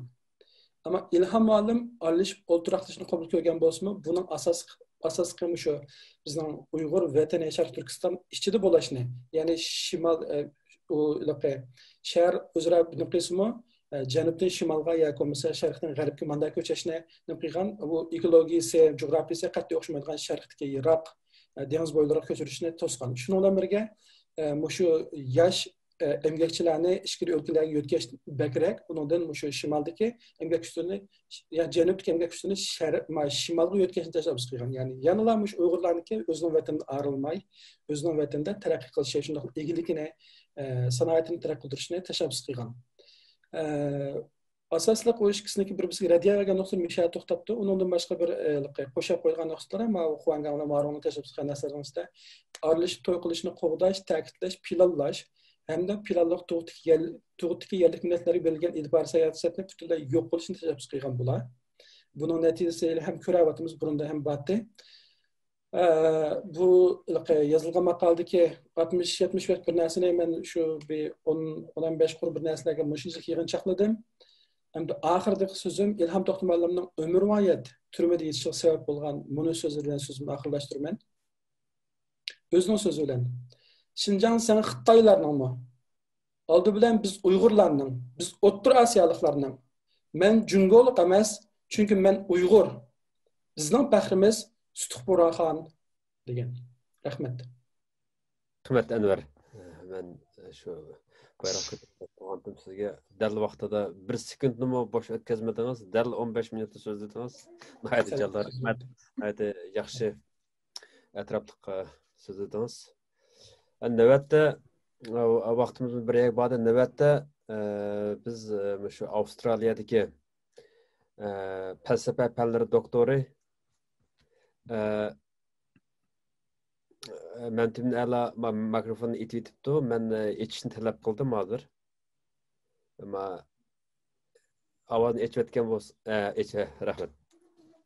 Navbatda biz shu Avstraliyadagi shu falsafa fanlari doktori sobiq Uyg'ur qurultayining raisi va navbatda shu Avstraliyadagi shu falsafa fanlari doktori voy nima ovoz chiqyapti o'zimga ekran ovoz chiqyapti nima o'chiryapti nima ovoz ovoz nereden kelyapti ekran etmekte ovoz chiqib o'xshaydi ekran ovoz chiqyapti nima o'chiryapti nima ovoz nereden kelyapti Ezga sürücü bana kaç tarafına ikili. Vatı da var. Nem tügüde. Tügüde var. Avaz kayıt kemme yatıdı var da. İko eksada yok. Şu Memtimin Ela Efendim'le, Doktor Memtimin Ela Efendim'le şu özniki Uygur cemiyeti bulup mu Uygurlarniki milli ruhi zamanımızdaki kurash ideyasi bu sohalarda ko'p tadqiqotlarni olib borgan o'zimni nihoyat muhim xizmatlarda bo'lgan sobiq dunyo uyg'ur qurultayining muavir raisi va Avstraliya uyg'ur jamiyatiniki raisi bo'lib xizmatlarni ishlagan xalqimiz ko'p xizmatlar qilgan bugun Memtimin efendimning bu suhbatga qatnashganidan so'yindik shu Memtimin efendim shu Ilhom To'xti masalasiga Ilhom To'xtiniki xizmatlarga ideyasiga Uyg'ur xalqi bo'lish sifatimiz bilan biz qanday varislik qilamiz va qanday xizmatlarni qilamiz Ilhom To'xtin bizga bugungi Uyg'ur kirisiga bergan fursatlar qanchalik biz nimalarni so'zlaymiz biz nima qanday harakatlarni olib boramiz shu haqda Memtimin Ela apandi o'ziniki fikrlarini xalqimiz bilan o'rtoqlashsa rahmat aziz rahmat oldi bilan men mening shu Ilhom To'xtininki kesilganligininki 6 yillik bo'lgan bugungi kunda Ilhom To'xtini xotirlash va Ilhom To'xtininki zamonimizdagi shu faoliyatlarning zamonimizdagi ahamiyati to'g'risida qisqacha bir mulohaza berishga bag'ishlangan bu so'rovni taklif qilganlikka rahmat aytaman.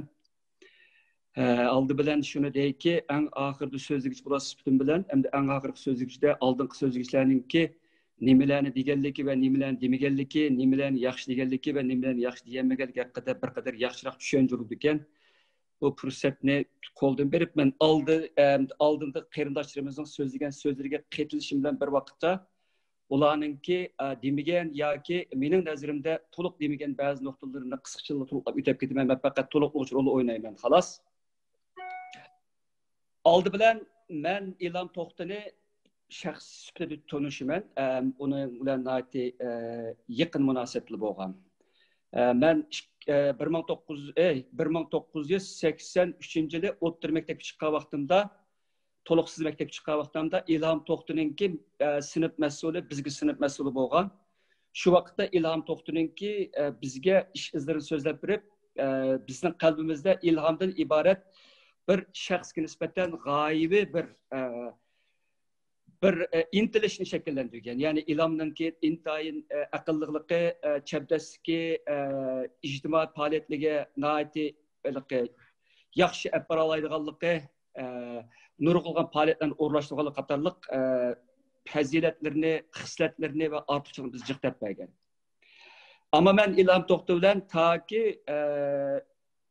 1999 yılı ben chet elga chiqib ketishdan ilgari men Beijingda viza kutishlar jarayonida bir 4-5 oy turib ketgan vaqtimda bir yaqin bo'ldim. Bu vaqtda men İlham To'xtovni nihoyat cho'nqur tushungan.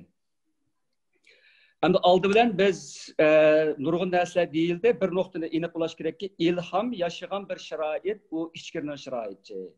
Yoki Uyg'ur desek, Kouli deymiz yoki Beijingda. Beijingning sharoitida ilhom bilan ikkimizningki başdan kechirgan bunda bir o'rtaq bir nimamiz bor, tajribamiz bor. Ya'ni Uyg'urlar cheksiz xo'rlanish, haqoratlanish bir davrni beshdan kechirayotgan bir shahar bo'lgan.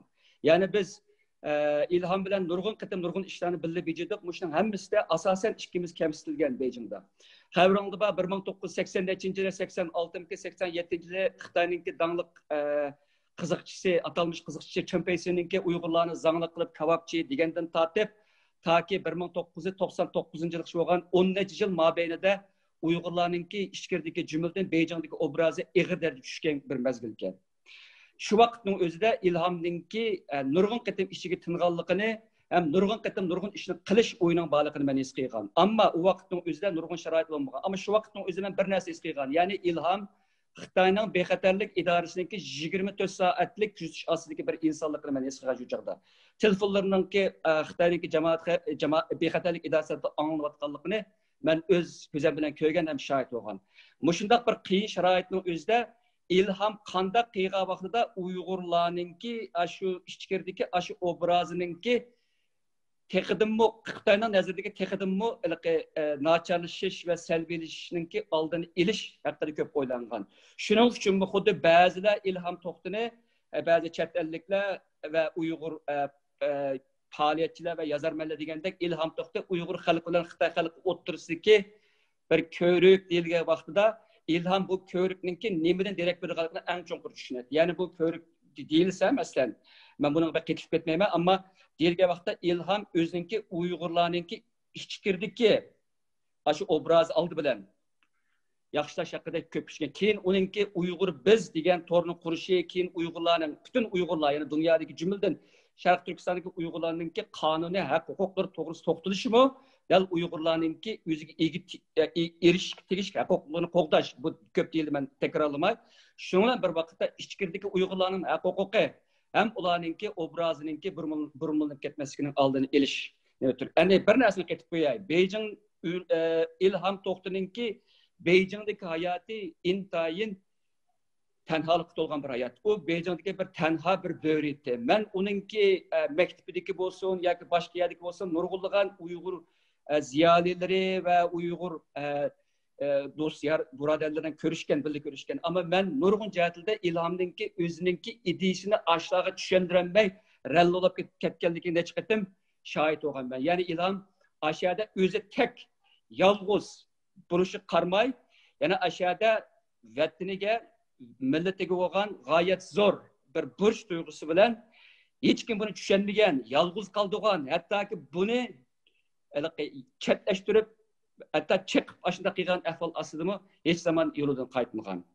Bu meningki birinchi deydigan gapim. Ikkinchisi Ilham To'xtovni bu mening gapim emas, chet eldagi nurg'unlagan bu nimalar tadqiqotchilar yo muxbirlar Ilham To'xtovni Mandelaga o'qishdi. Ilham To'xtovni men Mandelaga o'qishtirishni men haqiqatan to'g'ri o'qish deb qarayman.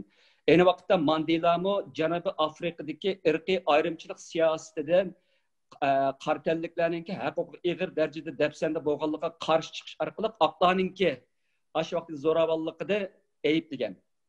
O'zi tek yolg'iz qilishib qarmay, necha 10 yil turmlarda yetishib qarmay, hech zaman o'zininki shu e'tiqodidan yanmay, hatto u to'polonchi, o'g'ri, bulangchi, hatto terrorist deb atalsimi, eng oxirsida o'zininki insonninki eng chutki huquqi, ya'ni insonninki g'ururininki boshqa huquq o'tirib tursin, men boshqa huquqlar desa yojiq kelib chiqadi.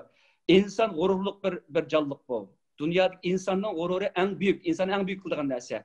Bu daxil uçurga vaqtda insanın başka huquqlarından söz etiş mümkün emas. Mana bu insanın gururunun depsençik uçuruşuna en qattiq qarşılıqçı Nelson Mandela. Ahirisi o g'alaba qilib, irqiy ayrımçılık siyasetini tügetti. Hatta o terörçü degan qalpaqni çörüp tashlab, erkinlik jangchisi degan mengülik bir ataqqa nail oldu. Hem de İlham To'xti meyli Xitoy nima desin, bizning nazarimizda İlham To'xti Uyg'urlarning vijdonini so'zligichi, hem Uyg'urlarningki vijdoni bo'g'ichi, hem shuning sohibi. Vatandagi men birdan-bir deyamsanmi, eng oldidagi bir sohiblarining birisi deyishga tamamen haqliman. Bu mendan u xuddi Mandela kabi erkinlik jangchisidir. Uyg'urlarning erkinlik uchun kurash qildi. Hamda nima kurash qildi? Xitoyningki shu qonun tuzumlari ostida Uyg'urlarningki shu aslida berilgan avtonomiyaga haq huquqlar bo'yicha kurash qildi. Endi bu nuqta kelaman. Uchinchi nuqtam qonuniy yo'llar bilan Uyg'urlarning masalasini bartaraf qilish yoki hal qilish. Mana hozir biz Sharq Turkiston sürgün hukumati Dünya Uyg'ur qurultayiningki Xitoylarningki Uyg'urlarga yurgizayotgan mana bu qat'iyamini xalqaro sotlar orqali, mayli rayonlik yoki davlat sotlar bo'lsin, mayli xalqaro jinoiy ishlar soti bo'lsin, mushunga chiqishga kuchayotgan nihoyatda bir jiddiy bir vaziyatga shohid bo'lyapmiz. Mayli biz uni qancha qo'llaydi bu harakatlarning hammasi o'tirib tursin. Ammo bularning qiyg'ini bilan İlham To'xtining qiyg'ini o'rtasida eng oxirida moyat jihatda ko'p farq yo'q.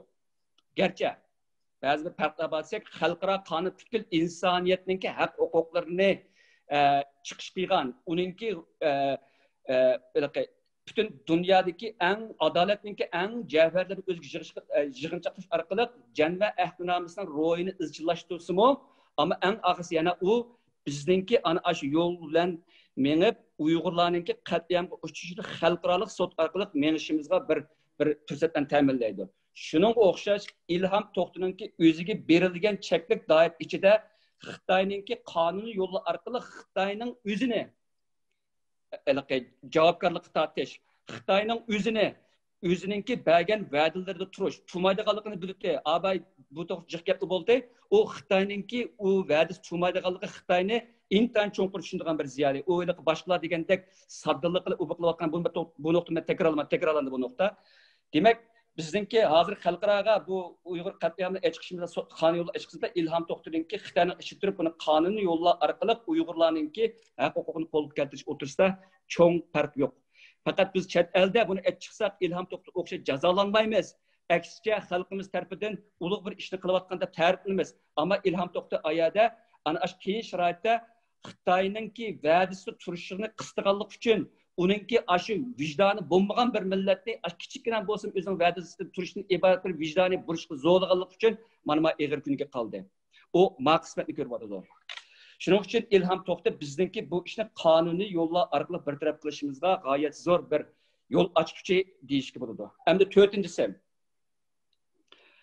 İlham To'xtining qilgan ishlari intayin jiqini ko'p deyilib ketdi. Men uni demay, bu yerda muntaq bir intayin ochiqlik bir ish bor. İlham To'xtiningki Xitoyning ko'ziga qattiq qadilishiningki bir muhim sabablarining birisi 2009-yil 5-iyul qirg'inchiligi bo'lgandan keyin İlham To'xti bu qirg'inchilikqa qarata Germaniyadagi dangliq radio shirkati bo'lgan Deutsche Welle degan bir nim bor. DW deyildi inglizcha.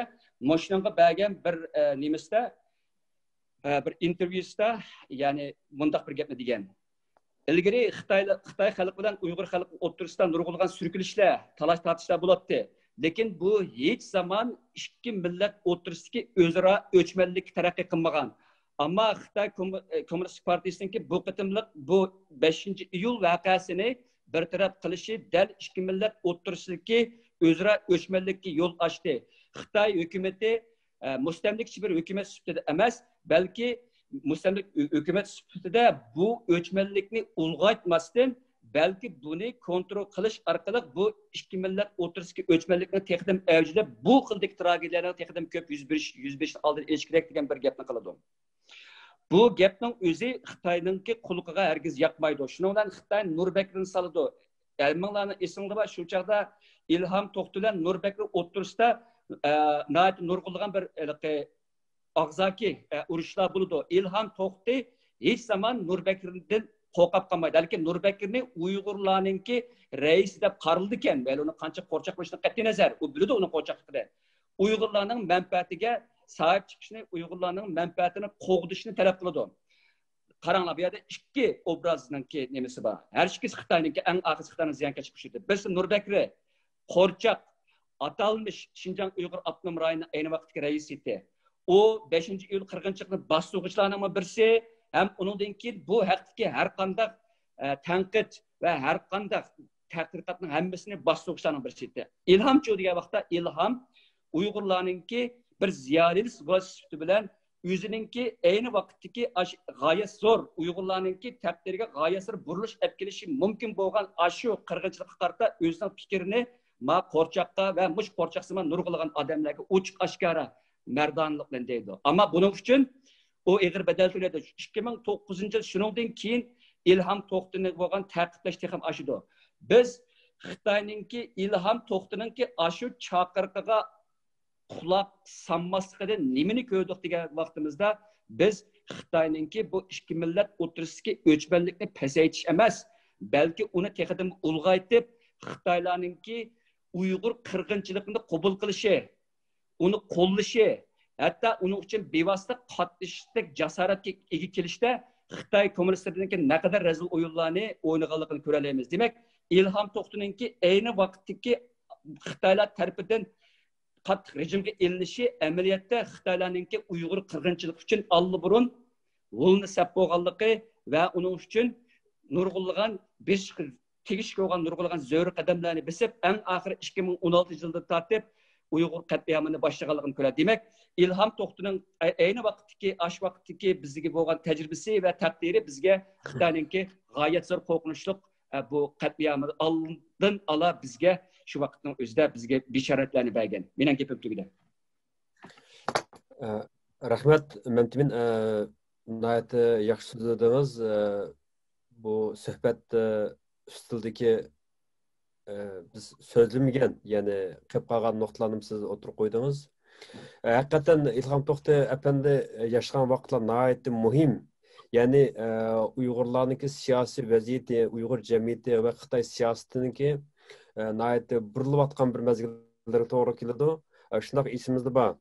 22 may Ürümçi'de Xalq Partisining yendiki bir erkenlik bazaniki partilishi va shu vaqtlar Xi Jinpingninki Qashqarga berishi va Ürümçi poyezd stansiyasida voqea yuz berishi degandek muhim bir narsani aytdingiz. Shu vaqtning o'zida radio Erkin Osiyo radiosida bir xabar berilgan, ya'ni Ilham To'xti apandi Nurbekirni layoqatsiz rahbar deb ochiq tanqid qilgan. Demak, sizning bu bayonlaringiz keyingi davomini shu vaqtlardagi ahvollarni munosabatniki har ikkalisi masalan birisi Xitoy hukumat tarafidan bekitilgan qo'rchoq rais Ilham To'xti apandi bir kasbiy xodim, akademik. İkisi millet Uyg'ur bo'lsa-mu, ular ikkisini tutgan maydoni, shu vaqtda bo'lgan inkasi, bu vaqtda nurg'un tanishlar bo'ldi. Qisqasi bu odamda Ilham To'xti apandiniki shu milliy siyosat, Xitoy qonuni ichida Uyg'urlarniki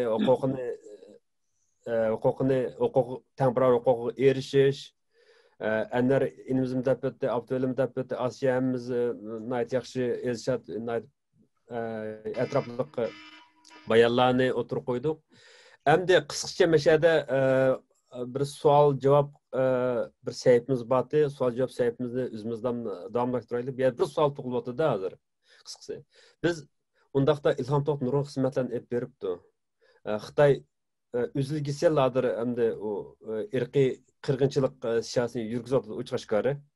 Mayli u qanday shaklda e'itsin, dunyoni qanday shaklda aldısin, aldayanmaydi. Chunki fakt hammaga ayon, dal faktlar. Endi Ilham To'xtiniki shu ideyasini, ya'ni buni tarqatgan ideyasi, roli nima? Xalqimizga qandaq umidlarni, qandaq nishonlarni olib bera oladi? İkinci bir savol, Ilham To'xtini qutuldirib chiqish uchun biz qanday xizmatlarni qilishimiz kerak? Biz shu Uyg'ur jamiyatiga bo'ch etgan vaqtda Uyg'ur ziyolilari, xalqimiz bu sohalarda qanday xizmatlarni qilish kerak? Bu haqda xolis qaysimiz xohlasak, o'sha bir qisqacha bir xulosa shaklida bir ikki og'iz fikr bayon qilsak. Vaqti 2 minut eshib ketmasin, 3 minut olsun bo'ladi.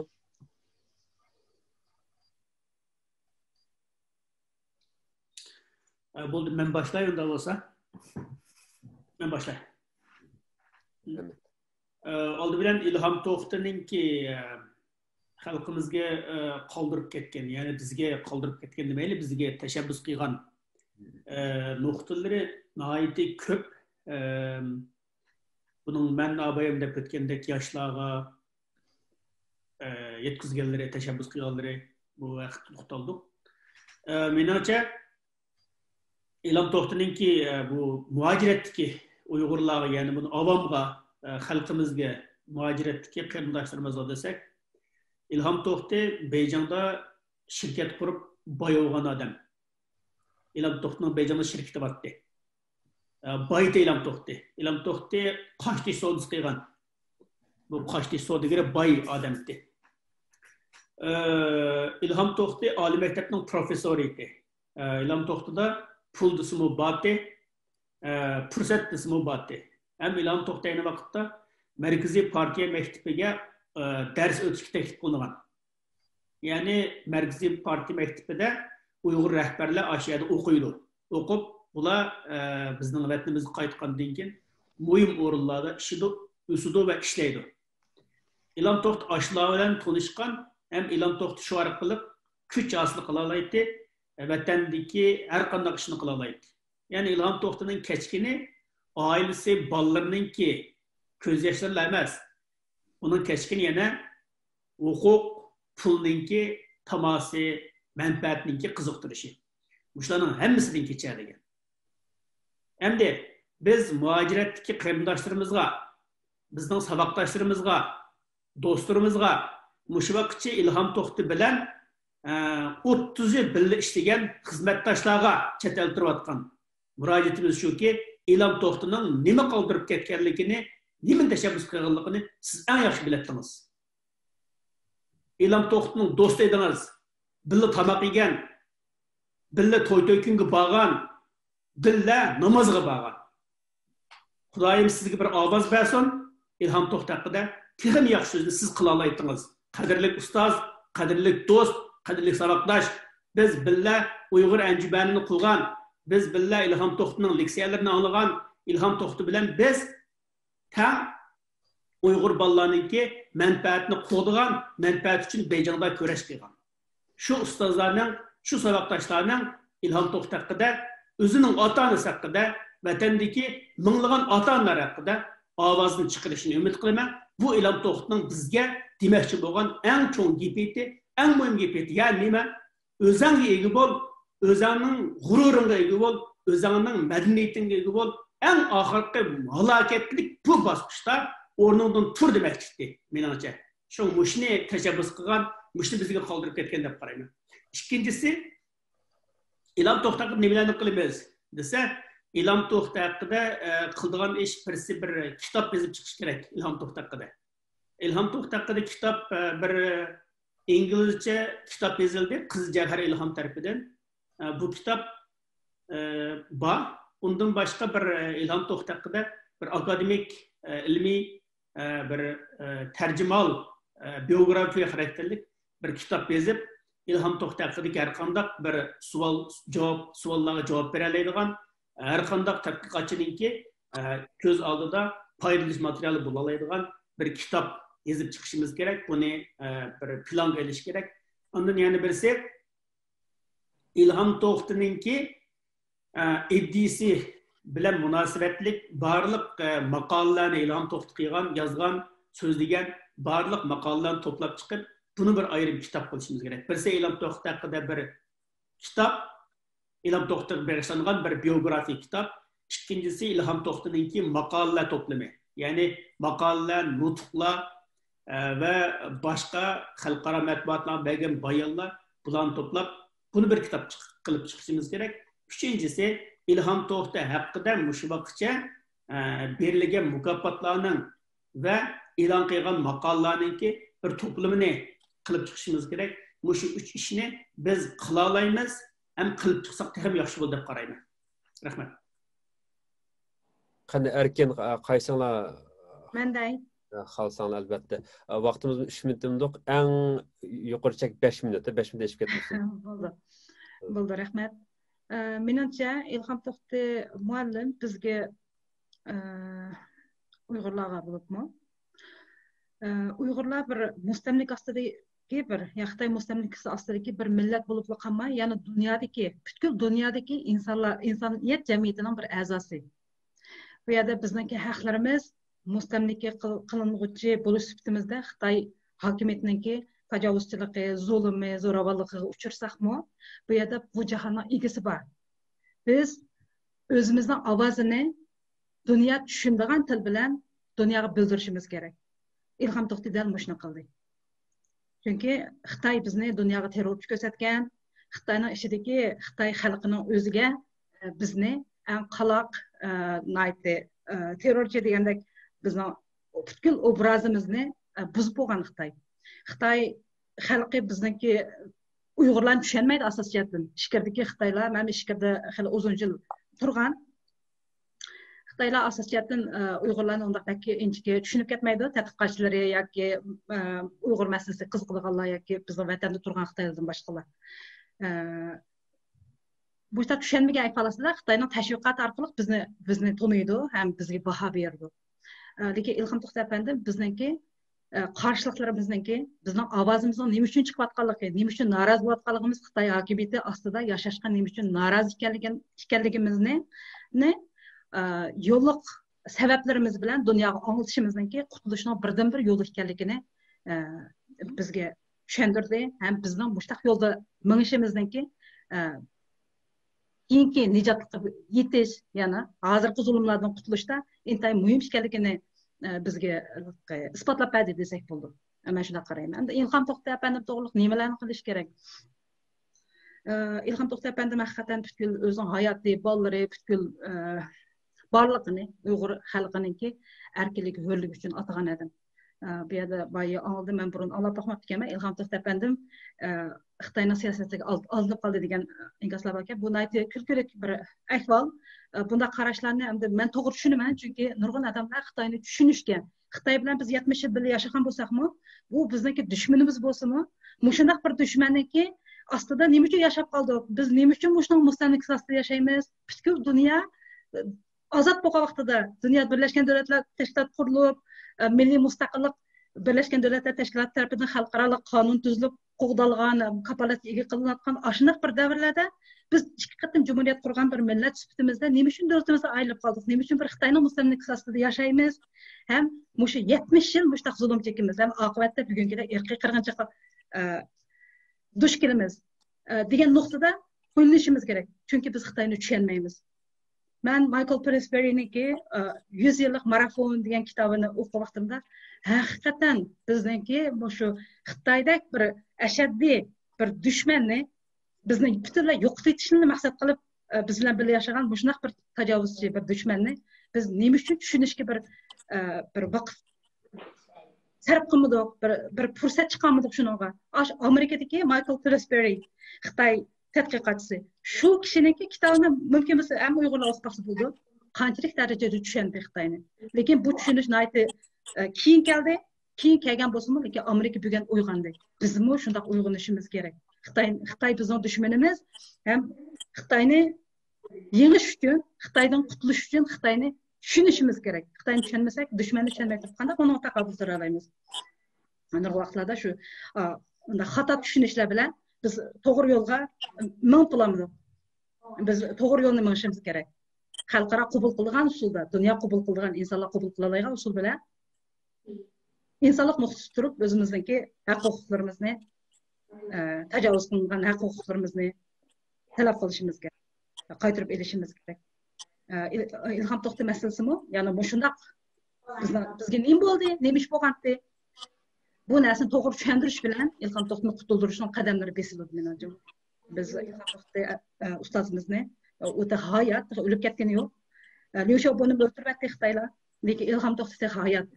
Uni qutuldirgan bizniki mas'uliyatimiz. Biz bu qadar mashimiz kerak. Dunyoning kuchi bilan. Yalnız İlham To'xta efendimni emas, balki lagerlarda yetayotgan milyon xalqimizni va bütün Uyg'urlarni bu zulmdan, bu zulmatlik, qara zulmatliklardan qutuldirish uchun tirishishimiz kerak. Yana bir nuqtani qo'shib qo'yay, kechiringlar. Lager masalasi to'g'riliq men balki uzun izlandim. Lager masalasi 2016 chiqqan masala emas. Bu masalaniki lagerlar masalasini qurib, Uyg'urlarni shu joyjon qadaydi. Tarbiyalash, kasbiy tarbiyalash bilan o'zgartirish. Bundaq bir siyosat 2009-yili shu 5-yil voqeasidan keyin maxsus siyosat tuzilib, shunaq bir qadam besilibdi. Bundaq qadam besilishimi men ustozimiz deputat Xitoy 5-yil voqeasini 5-yil voqeasi orqali shu Uyg'ur bilan Xitoylar orasida bir Uyg'urlarni 40-yil qilgan holatdami Xitoy xalqi buni qarshilik ko'rsatmaydigan, hatto qo'llaydigan Xitoy hukumatini shunday bir sharoitni hozirladi deganda. Haqiqatan shunday bo'lgan. Bu 2009-yildan keyin shunday bir siyosatlar yurgizib to'qidi. Bu Anvar inimiz deganda Xuangangning ikkinchi avlod millatlar strategiyasi, garchi bunday bir siyosat yurgizildi deb qabul qilmasimi, lekin shuni shu Xuangang, Mao'ningki ideyasi, Mao Zedong deganlarning ideyasi bo'yicha millatlarni birga asosga kiritish siyosati yurgizilgan. Hatto 2015-yili shu lagerlar masalasini, lagerlarni qurib chiqish uchun Dunyo bankasidan qarz olingan. Buning uchun nurg'un narsalar bor. Shunday vaqt yetmaydi buni so'zlashga, lekin meni gapim tugadi. Rahmat. Men undaqda hammamiz men shu Osiyaniki ağzın bir narsani qatay. Bu ilhamninki bir necha nuqtasi bor. Men vaqt munosib bilan jiq so'zlayman. Birinchisi chu degan vaqtida ilham bir aqliyatchi. Xitoy bilan bo'lgan barliq uchuq oshkora munozirlarning hammasida ilham intayin so'qqan, obyektiv ve ilmi bir pozitsiya bilan Xitoylardan yüzme-yüz yakma-yak bir jangga tushgan odam. Abay deyishtoq mesela Mao'ningki, Xuangang'ningki qatorlarni deyishtoq yo'q-ku. Mening chet eldagi mayli oldin saplik inqilobchilar bo'lsin yoki boshqalardan bo'lsin, ilhamningki mushu aqliyatchiligidan o'rganishni nim qilaman. Biz haliqi hissiyat Xitoyni Xitoy yo'qolsin, Xitoy u qadar pastkash millat, u gap yamanjiq. Men Twitterdan ba'zi joyda nim qilib ketdim. Hissiy gaplicik, ama Xitoylar qachoniki bizni ma'lum bir gapda yoki ma'lum bir Xitoyni gaplarni desak, davlayda bizni oldimiz birini tashlab qolib qolsa, bu odam yo'q. Yani onu gap deb bermaymiz biz. İlhamdan bizning o'rganadigan bir nuqtamiz, ilham shularningki shu bizga qo'ygan turli bo'xtonlari va bizga bo'lgan barliq qarashlarning hammasiga o'zining nuqtasini, o'zining qonuni, o'zining siyosati va o'zininki partiyasiningki ichidagi nizomlar qatorliq hammasidan foydalanib turib aşırı qarşı turgan. Bu ilhamninki biz qat o'rganadigan bir nuqtasi bu.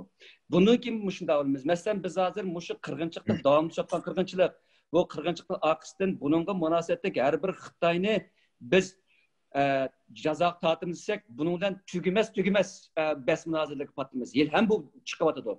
Uning ustiga hozir ko'ryaptimizga necha minglagan odamlar Uyghur qatliamining inkarchiligiga aylanayotadi hozir. Bu inkarchilar albatta hammasi qarshi turib bo'lmaymiz. Unda qilishning hojati yo'q. Lekin bu yerdagi Xitoyning hukumat o'rnidan kelgan bir necha mushkildagi bizga bo'lgan bo'xtonlar va Uyg'ur qirg'inchilik aqlashlar qarta bizda cho'qim aqliy, mantiqiy, logiklik bir nuqtalash kerak. Bu ilhamda bor bunday narsa. Men bizning armat chetallikning asosida men jiqadan ko'rmayman bunday narsani. Bu diqqat qiladigan narsa. Bu bir.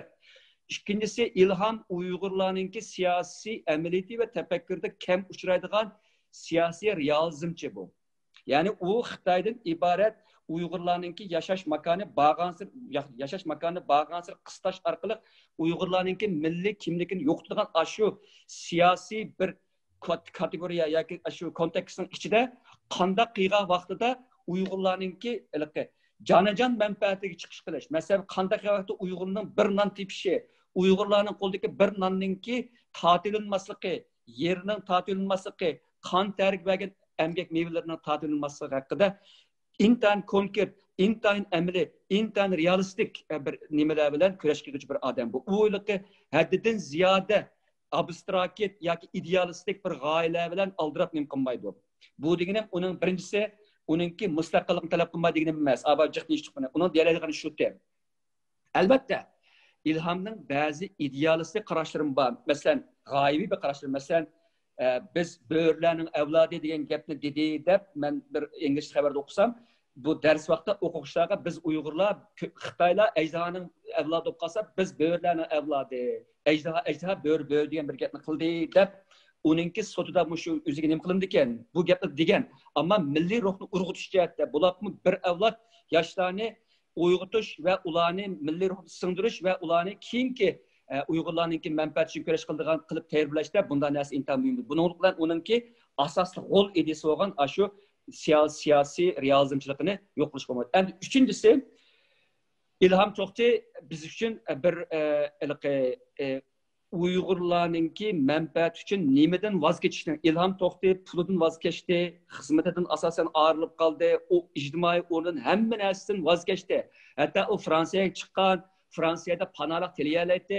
Bizga o'xshash chiroyli uyda, chiroyli ustalda o'tirib, vatanimizning kelgusi haqida ulug' paranglarni qila oladi. Lekin bularning hammasidan voz kechib, bu vatanga qaytib, Xitoylar bilan yuzma-yuz turib, o'zining millatining manfaati uchun tig'dak jini bilan hech nimasi yo'q, bulash ko'z oldida tursimi, shu alda biz uchun kurash qilgan. Bu nuqtada biz chet elda yili ham Xitoydan qo'rqayotgan, yili ham Xitoy uchun bir ig'iz ovozini chiqaramayotgan Ilhomningki 100dan 1 bo'lsin shu qahramonligidan bir azroq ulgu erishishga chaqiriq qilaman oxirida. Hamda Ilhom to'g'risida nima ish qilmoqchi degan vaqtimizda Ilhom xuddi Mandelaga o'xshash o'ziningki qaysi nishonga yetish uchun qanday harakat qilishni biladigan bir mutafakkir.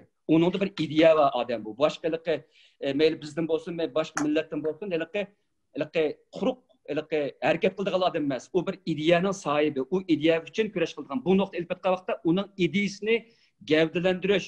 Andan keyin Uyg'urlarningki ideyasini gavdalashdan bir vaqtda uning ideyasining Xitoy tomonidan qabul qilinmasligininki Uyg'urlar uchun, Xitoy uchun, hattoki dunyo uchun nimalardan derak beradiganligini, nimalarning yuz berganligi to'g'risida intan cho'nqur sug'oqqanlikla o'ylanadigan yo kitob bo'lamdi. Men ko'proq hujjatli filmni qo'llayman, chunki hujjatli filmning ko'rilish nisbati bek yuqorildi ekan.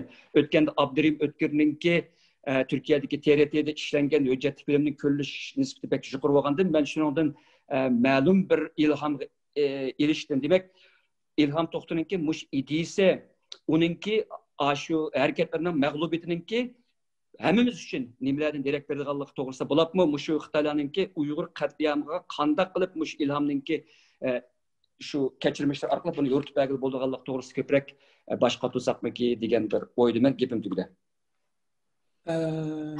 Mo'laga rahmat. Mush men tunkamning gibi o'labdan bir narsani degim kelib qoldi. Sen bilaman. Vaqtimiz bek az qoldi. Bizning asl planimizni yarim soat uzrab ketdi. Unda vaqtni qisqartsak, tamam 2 kunlik qoldi-ku. Tamam, Anvar. Bana 2 minut gerek. Bana en ahırda 2 minut vaqt versen iltimas qildim. Anvar kam 2 minut nima Anvar bilan Ilshatga erishkilanlar 5 minut, unda qattiq 2 minut vaqt sanayman. Tamam. Memnun kanlar toptan noktalarını oturup koydu. Bir Mandela'nı tilgaldı. Hakikaten İlham Muallim özün makasında otur bizning ahvolimizni del aynı vaqtki Mandela'nın zamanıdaki Janubiy Afrikaning ahvoliga o'xshatgan. Chunki Janubiy Afrikadagi asl xalqlar qartalliklar, afrikaliklar, ammo aqtalliklar u yerga kelib, yo'g'onchilik qilib, xalqni boshqa erkak kamsiz qilgan. Bu masalani del shu Ilhom To'xtimovni o'ynatib o'xshatgan. Hamda Ilhom To'xtimovning bizlar uchun nimani qildi, nimani o'rgatdi degan narsaga mutlaq bir o'qish bo'lish bilan deyilgan narsam, Ilhom To'xtimovning bizlarga shu oliy maktabdagi nurg'un bolalar o'zimiz bayqamagan, bizningki o'zimiz vatanda turib o'zimiz jiddiy his qilmagan narsalarni biz o'rgatgan. Ya'ni bu milliy kamsitishninki, qonun huquqimizni qo'g'dashninki. Undan boshqa men nayt o'zim Ilhom muallimninki yoqtirib nim qilgan so'zdan bizsi muallim degan so'zlardan deydi Ilhom muallim men texmi ko'p Uyg'ur o'quvchilarninki shu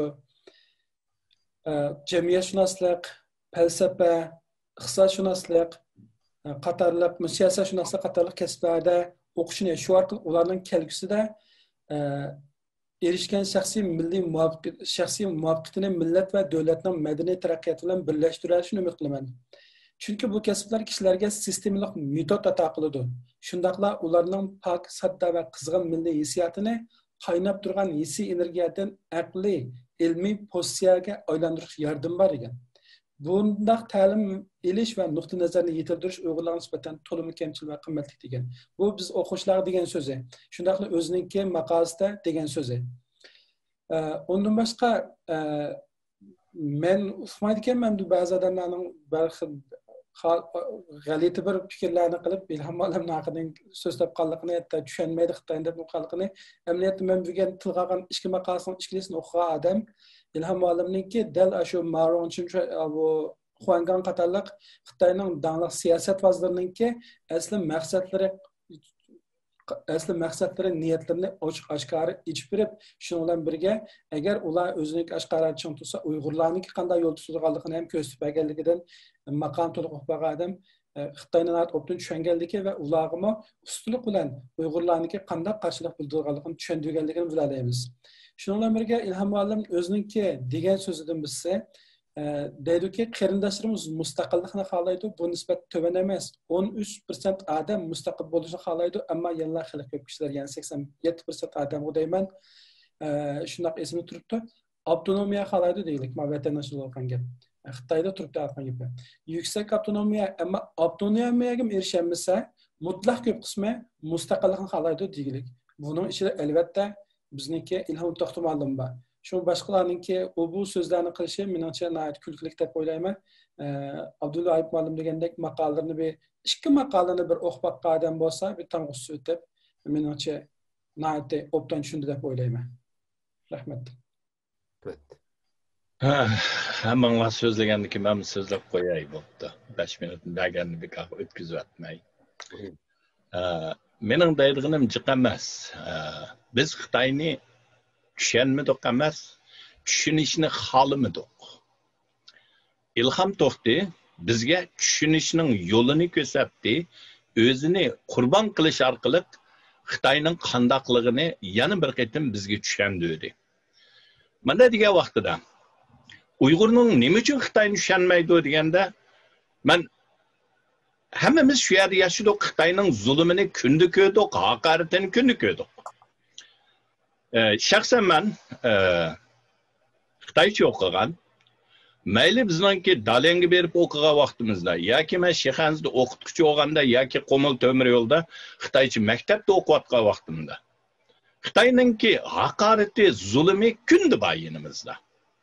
Uni his qilganlar qarshilik bildirdi, qarshilik bildirganlarni qolganlarimiz bu ish bilmaydigan ahmoq, tuxumni tashqa uradiganlar deb qarab turdik, ularni birdan yedi. Yaqinda birisi menga deydi, Uyg'urlar qo'zg'alon ko'tarib baqqanmi deb. Uyg'ur qo'zg'alonni shunda jiqqan. O'rta Osiyodagi hech qaysi millat Uyg'urda qo'zg'alon ko'tarib baqmagan dedim. Ammo lekin natija qayerda desa, Qashqarda ko'targan vaqtida boshqa yerdagilar jimiyatdi, boshqa yerda ko'targanda qolganlar jimiyatdi.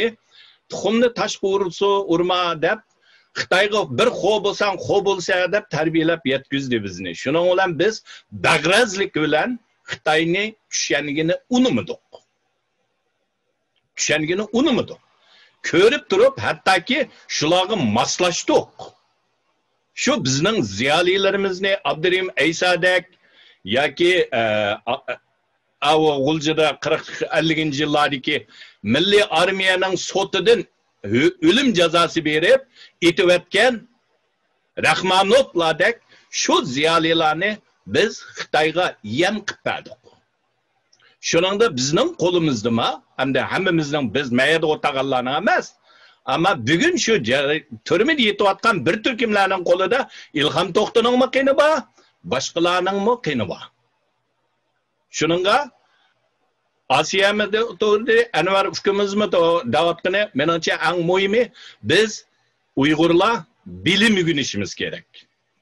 U bilim degan nima deganda, shuar to'lash emas, haqiqiy İlham To'xtining yozgan maqolasini bir saat vaqtingni chiqarib o'qig'in boshdan oyoq. Nima deyapti bu odam? Ayada uyada bu yerda degan bir ikki qiz Xitoyninki WeChatda avatpagan, Undidarda avatpagan ikki so'zini tutib olib, manda debdiki, anda debdiki deb uni ayiblamay. Tarixdagi shaxsiylarimizni ayiblamay, shularning tarixini, shu tarixiy oq ko'rinishini ham hozirgi dunyoning vaziyatini, xalqaro qonunlarini hammani o'rganib bo'lamisanmi? Bir soat vaqt chiqarib, azroq shu tarixni tafsiliy kitob o'qig'in. Xitoyning undidorsidan xabar ko'rib, dunyoga tabliq qilma. Uningda mangu biz uturimiz. Yengolmaymiz. Bilim, haqiqiy bilimni egallash kerak. Shu vaqtida biz uningdan keyin xuddi ilhom, abay mamtimimmi dedi, qandaq Xitoylarga isbotlar bilan, dalillar bilan oldi qo'yib, ularni o'sal qilgan bo'lsa, bizmi shunday qilgan vaqtida o'sal qila olamiz. Shuartolash bilan, vaqirash bilan uning bilan ish olmaydi. Hozirgi dunyo isbotga, dalilga, qonunga, tafakkurga baqadi. Rahmat, to'ydi. Rahmat. Bo'ladi. Sizlar Asiya, ammo açmışsın. Enver kan bas. Bo'ldi, kechiringlar. Men muhim bir nuqtani deb qo'y dedim, İlham To'xti to'g'riliq. İlham To'xtiniki shu tutilishdan burun bu Tibetlik Vusir deydigan bir yozuvchi bor. Bu Wang Lishoniki ayoli. Bu ziyorat qilgan bir ziyorat xotirasi bor. Shuni ko'rib baxsanglar bu YouTube'da bor. Aslında İlham To'xti deydi, men Xitoy hukumati bilan Xitoy xalqini ayirib muomala qilaman deydi. Mening nazarimda ikki jungo bor deydi. Ikki jungo bor. Birisi Xitoy hukumatini asos qilgan bir jungo, yana birisi Xitoy xalqini asos qilgan bir jungo.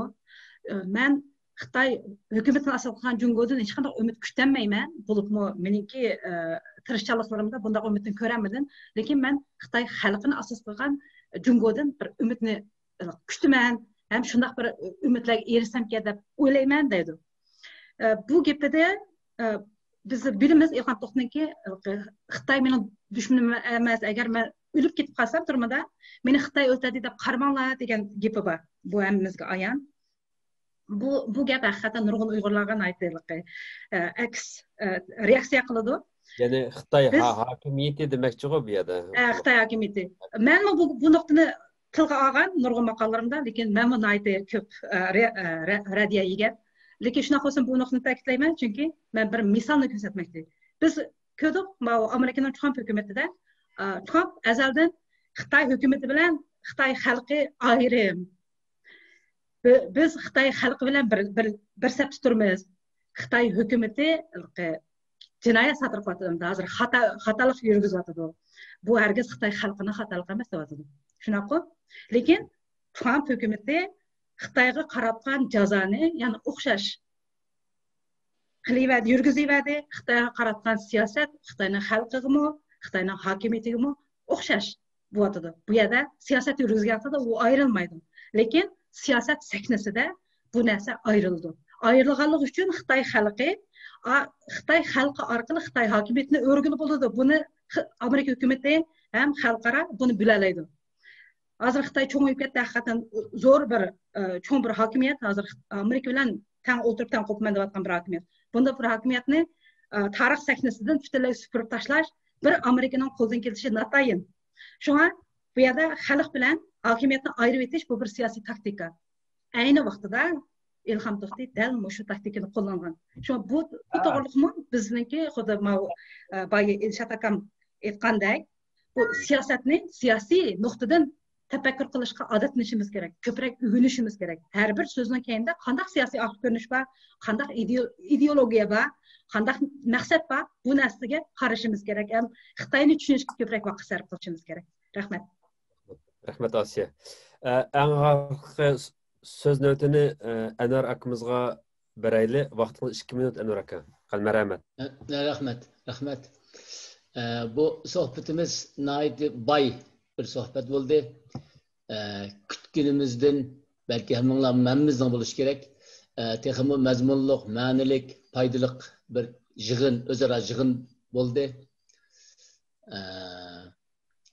Bu İlham To'xti haqida Uyg'urcha kitob mening bilishimcha yo'q hozir dunyoda.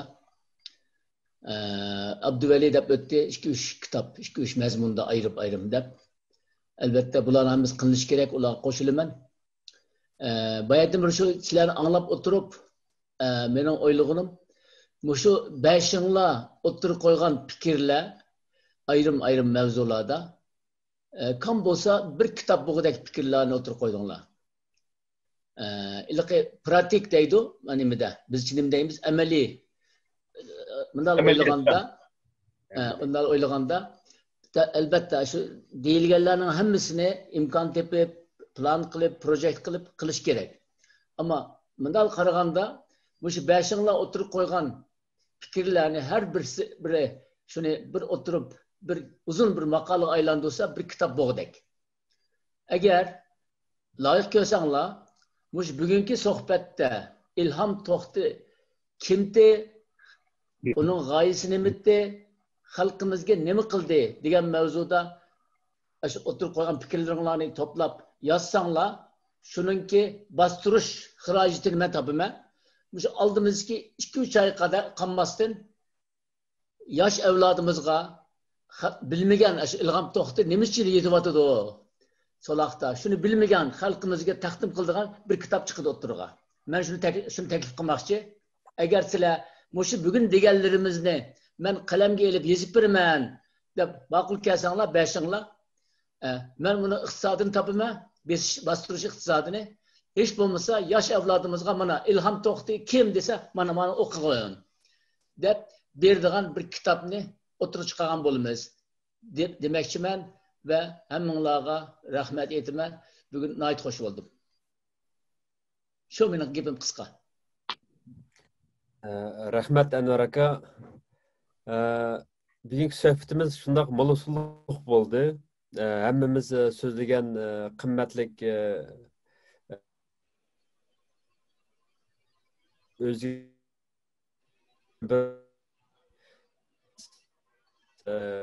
ko'rib turayotgan xalqimiz texmi suyun deb o'ylayman.